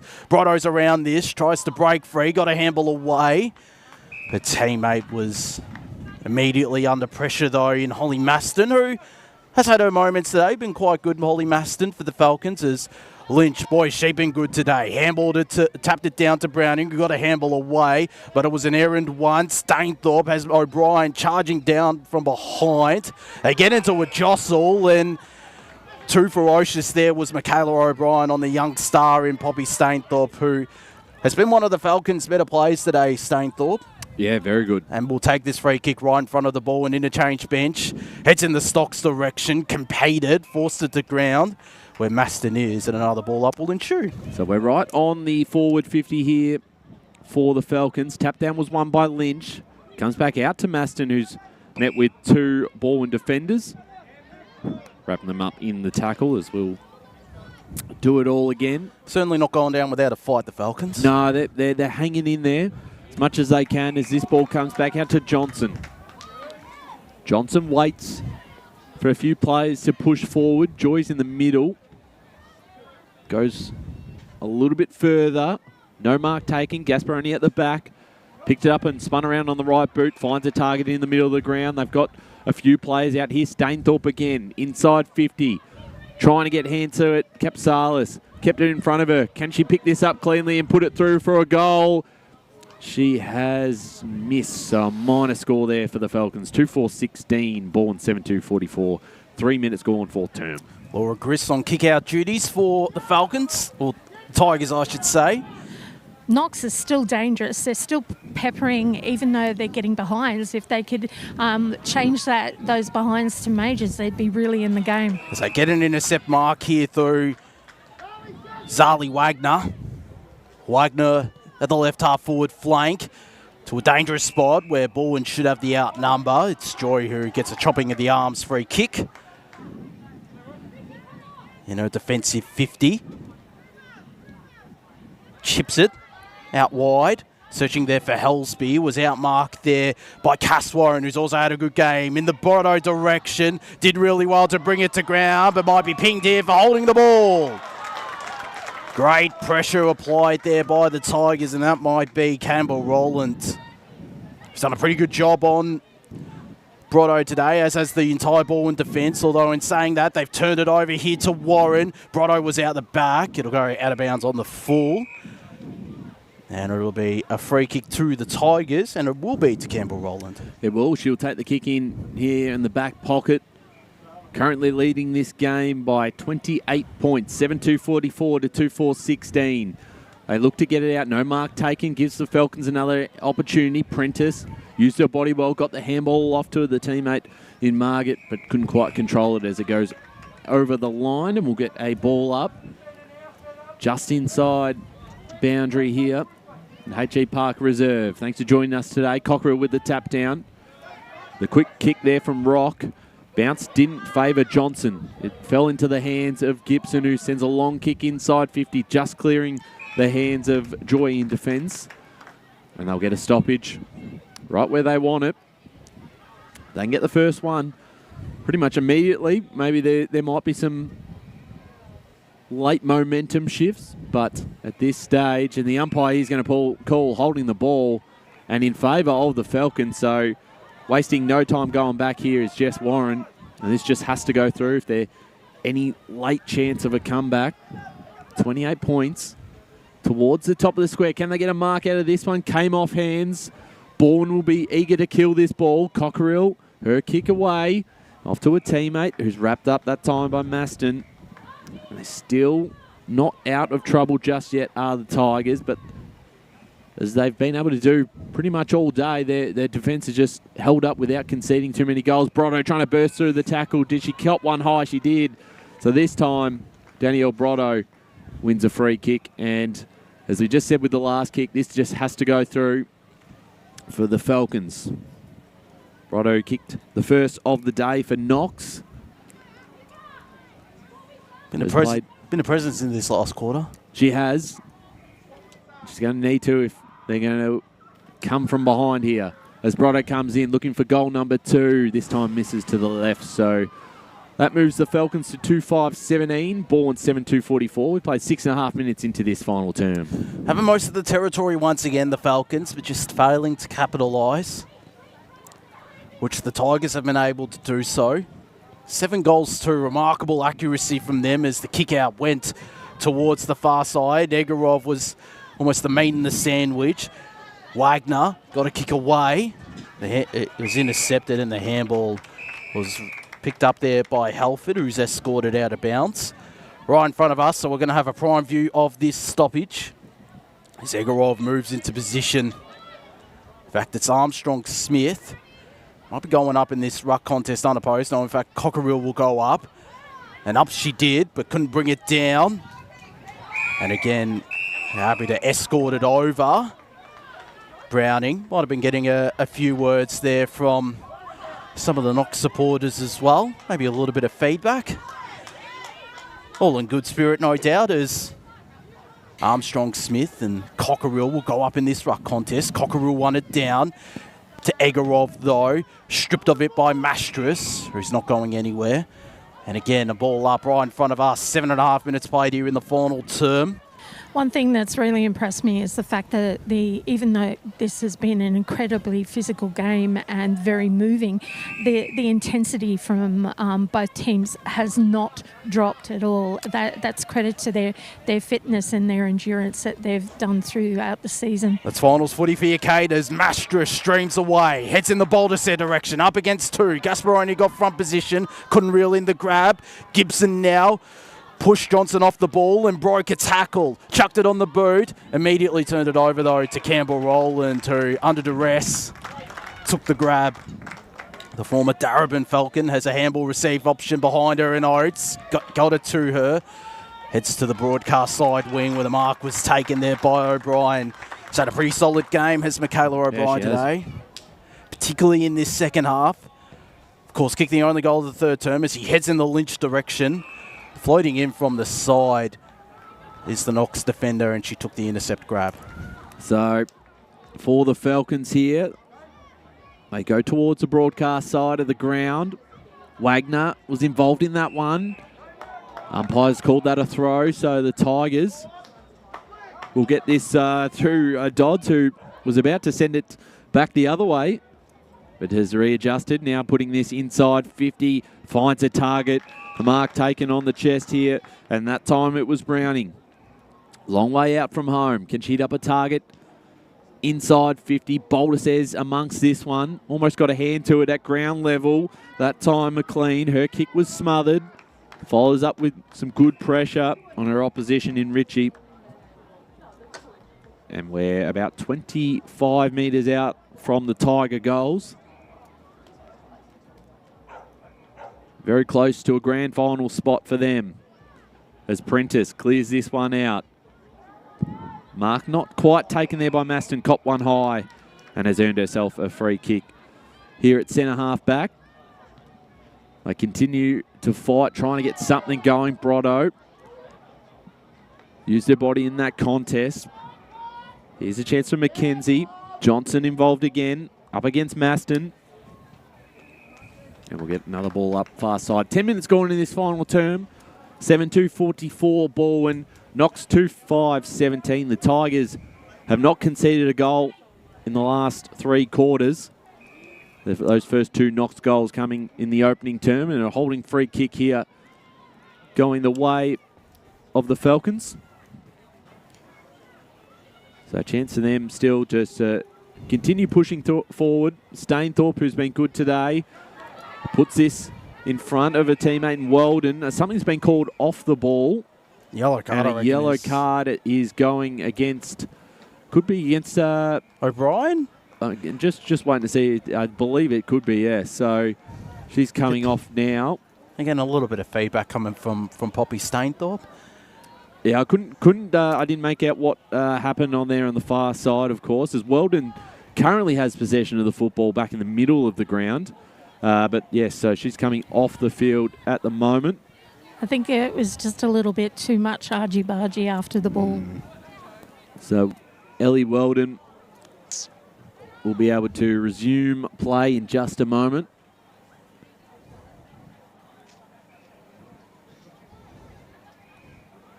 So we're about to resume.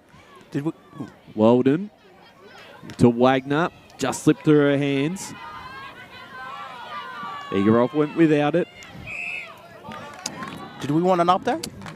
Yes, what game are you looking at, Josh? I'm looking at the Division 3 first semi-final, and Ferntree Gully are now out by 20 points, 6-3-39 to the Tigers, 3-1-19, and just over 3 minutes left in the third quarter, so they could be keeping their season alive and have a date with either North Ringwood or South Croydon next week. There you go, and the farewell tour for Dwayne continues. Hopefully. As Lynch gets the free kick here for the Tigers. Been arguably best on. We're going to a conversation on that quite shortly. She's certainly been up there. She sends a long kick forward. No mark taken. Browning was in front position. And now the umpire says, give it to me, we'll ball it up. Sure, there's been some good players for Balwyn today, though. Knox as well, but more so Balwyn. I mean, it's a great look. I mean, obviously, this is the first time we've seen them live, and you can understand why they're undefeated this year. They are a dominant side, and this is probably their strongest team on paper. It's mentioned by Penny prior to the game. Here they go again. The bouncing kick forward. Gibson trapped it nicely. She's wrapped up in the tackle, not going anywhere. In the end, though, it could be just that second quarter where they kicked 4 goals. And, again, they had most of the territory but conceded it early on in that quarter. It could come back to be the difference in the day. And as Mike said, you let off for even 5 minutes. That's when real good sides will punish you. And that's exactly what Balwyn are. As we tick over the 13-minute mark of the last quarter, they're 27 points up.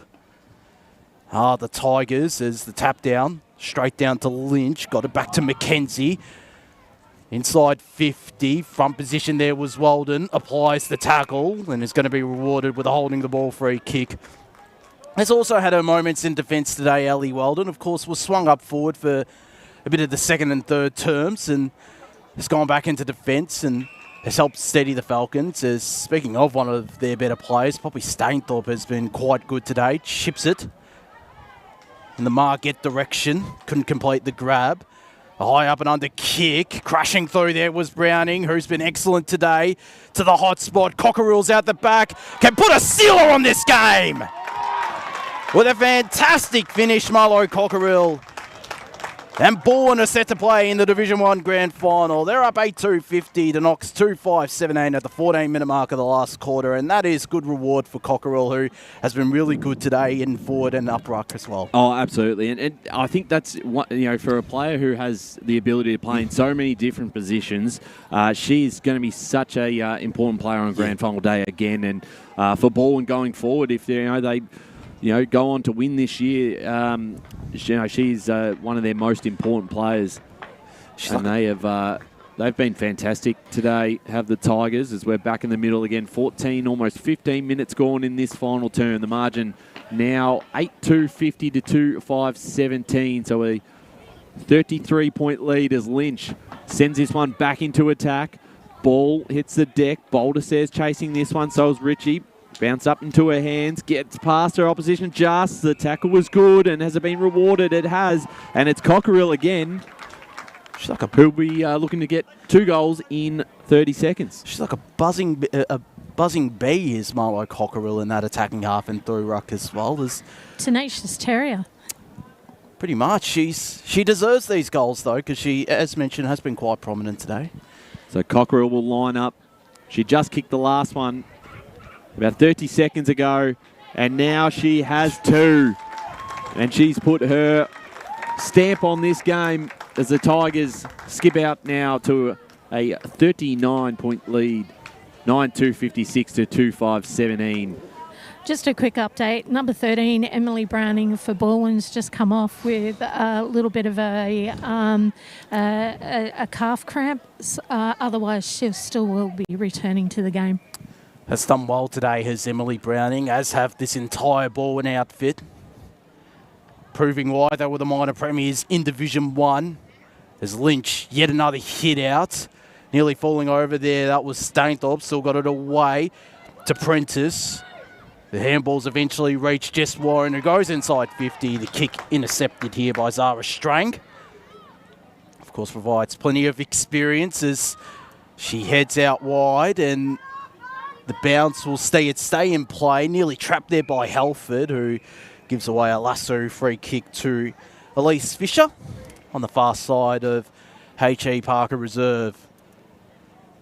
Another potential thrust forward for the Falcons as Fisher onto her left, heads to the half-forward line, where the mark, the intercept possession taken by Dodds, heads in the Cockerill direction and reeled in a really good grab. Wheels around immediately because she has an option in the middle of H.E Parker Reserve, that being Marcelin Johnson, who's also been pretty good today. Heads long inside forward 50 in the Baldersair direction, up against 3 now, couldn't win out. On the ground there is Ella Ritchie. Balwyn starting to gather numbers around this footy, but they can't extract it out. The umpire says, give this ball to me and I'll toss it up and settle this stalemate. As Lynch and Armstrong Smith go up. Lynch won it down. Pushing the back, free kick found for the Falcons. And it'll be taken here by Ella Ritchie. She looks to play on straight away. Finds Stainthorpe in the back line. Sends it towards us once again on the broadcast side. Warren was out the back, picked it up nicely. She takes the kick inside the corridor, which has been cut off by Joy. She gets her hands off. Doing well there was Rock. Got it off to a teammate there in Dodds. Dodds got it back to Mastras, who goes forward. Coming in from the side there was Gibson to ball it away from Baldersair. And she has been given a free kick, a high free kick here for the Falcons. Has had a pretty strong game for them. Finds Maston, who's got a bit of speed on it, and she'll look to use it now here on this side of the ground. Cut off that time by Franklin. And is for the Tigers. Franklin will potentially give him another chance at a goal. Stainthorpe takes a bounce. Handballs it to herself. And almost tries to do it again. Works out all right. She's stat padding as she goes towards the half-forward line. Stocks. Rarely does that ever work out, so she's done a pretty good job there. It never works out. So, had 3 disposals in 3 seconds as Weldon, her handball cut off here by the Tigers. McKenzie, Dodds. How's the bounce going to favour either side? It's Gasparoni who gets it off to Weldon and takes a good mark. And we're 19 minutes into this last quarter as the 39-point lead for the Tigers will see them through to the Division 1 Grand Final, Josh. Their first Grand Final and only their second season in the senior women's competition. Of course, played finals last year, but bowed out in the first week at the hands of Surrey Park out at Sylvan Recreation Reserve. But here at H.E Parker, they're set to play here once again in 2 weeks' time for the Falcons. A preliminary final awaits against either Moorbark or East Ringwood, which should be a cracking contest out here at H.E Parker. As dancing and breaking tackles there was Marcelin Johnson. Got it in the direction of Kenner, who smartly tapped it back to a pack. And no one is able to win that stalemate. In there was Jess Warren. Both her and Cass have had pretty solid games today as the tackle was broken by the Knox player. Got it to Richie. Richie back to Weldon. High up and under ball. Capsalis nearly reeled in the grab. Will be able to pick up this ground ball. It's just going to be a boundary ball up. Right in front of the Balwyn coaching box, who will be over the moon as we tick over the 20-minute mark of this last term. And it is 39 points separating the Tigers and the Falcons as Capsalis got a kick away. Slapped forward by Prentice. Maybe one last goal here for the Falcons. As we head into time on of this last quarter, the kick headed in the Stocks direction. Bounce favours her. Got it back here to Fisher, whose kick was smothered. Deflected. And Fisher is around this footy again. Locked up, not going anywhere. As we near 21 minutes gone. Final term of this Deakin Uni match of the round. Siren sounds. And history made for the Balwyn Tigers. They're through to their first senior women's grand final in only their second season in the senior women's competition. Am I grabbing Lynch? I think so. Okay, no problem. I'll let Penny know. As was absolutely key today, Lynch, as the Tigers march to a grand final appearance in the Division 1 competition. 9-2-56, defeating Knox 2-5-17. Your major goal kickers, 4 goals to Cecilia Baldus there, 2 goals to Milo Cockerell, both coming in the last quarter, whilst Michaela O'Brien, Cassidy McLean and Sasha Kenner also impacted the scoreboard for the Tigers.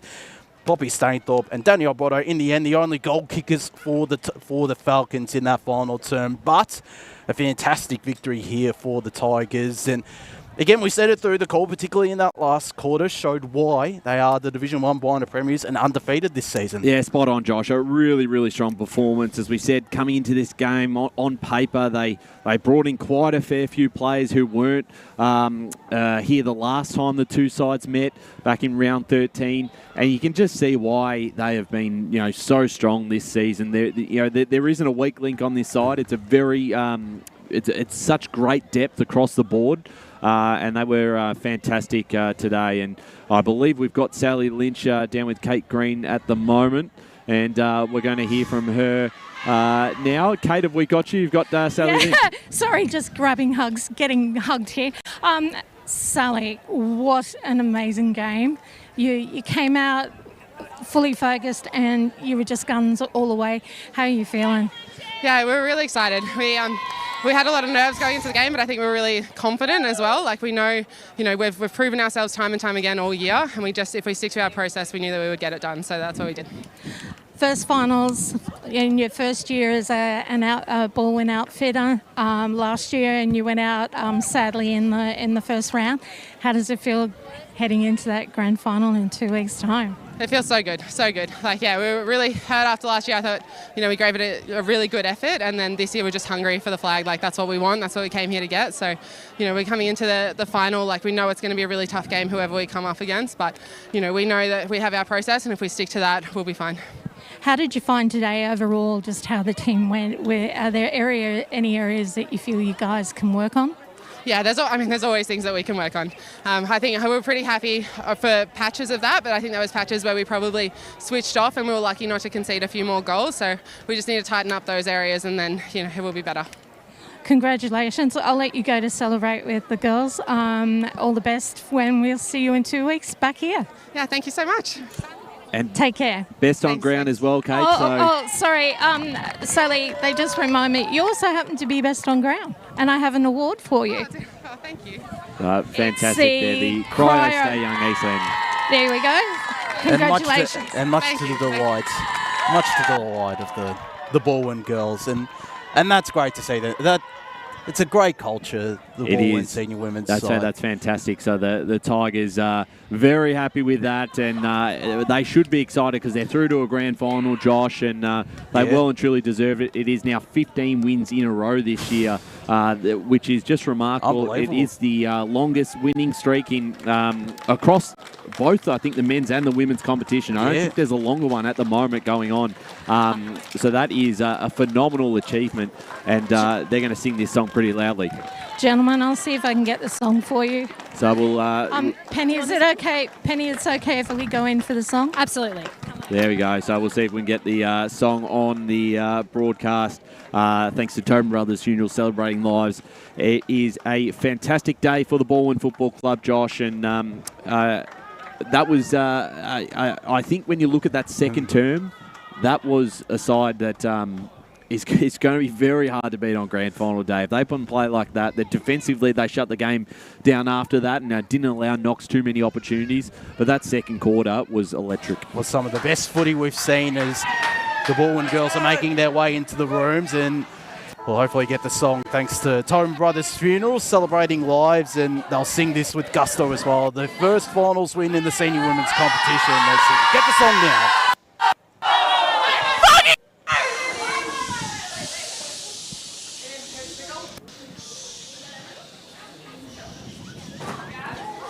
We're about to go, guys.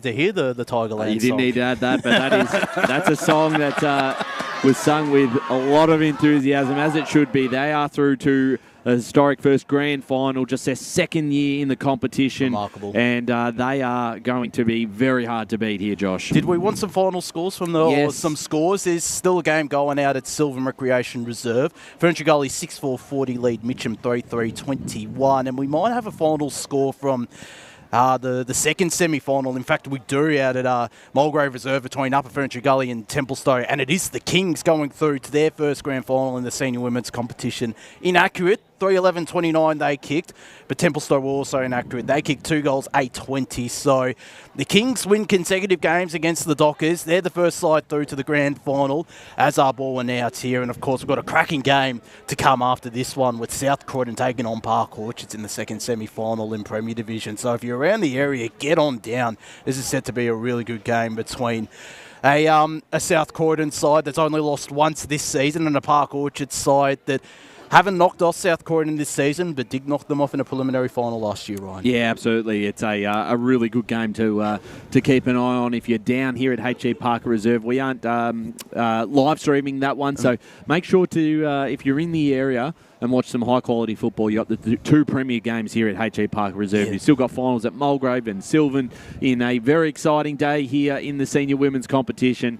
And to wrap things up here, of course, I'll quickly. I don't know. I'm going to throw you on the spot. You're 1, 2, 3. I've given Lynch a 3. Yeah. I thought she was fantastic. I'll give. Cockerill was really good in that last quarter. That probably almost swung a couple of votes her way.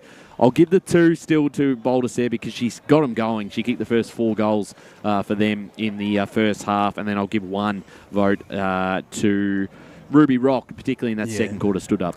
I've got Lynch as well for the 3 votes. I wish we did have access to Premier Data for the women's competition, because if this game was recorded by Premier Data, I can't imagine the amount of hit-outs, the amount of ranking points Lynch would have was played pretty much everywhere and was quite prominent, was the Balwyn skipper. Boulder said the 2 votes. I'm actually going to give Emily Browning 1 vote as well. I thought her presence through that midfield area was particularly prominent, but as you said, Sally Lynch, a deserved winner of the one of the Cryo Stay Young Eastland Best on Ground awards as well, and be sure to get on down there as well. And I noticed on the website a couple of club packages were promoted in the last couple of days. But, of course. We will have that, I think, for the men's match of the round a bit later on today. Yes, we will. So looking forward to that, of course. But we're going to start to wrap things up here. There's obviously a game about to start here at South at H.E Parker Reserve. We're going to finish up. A big thank you to everyone listening out there. Balwyn through to their first ever senior women's grand final.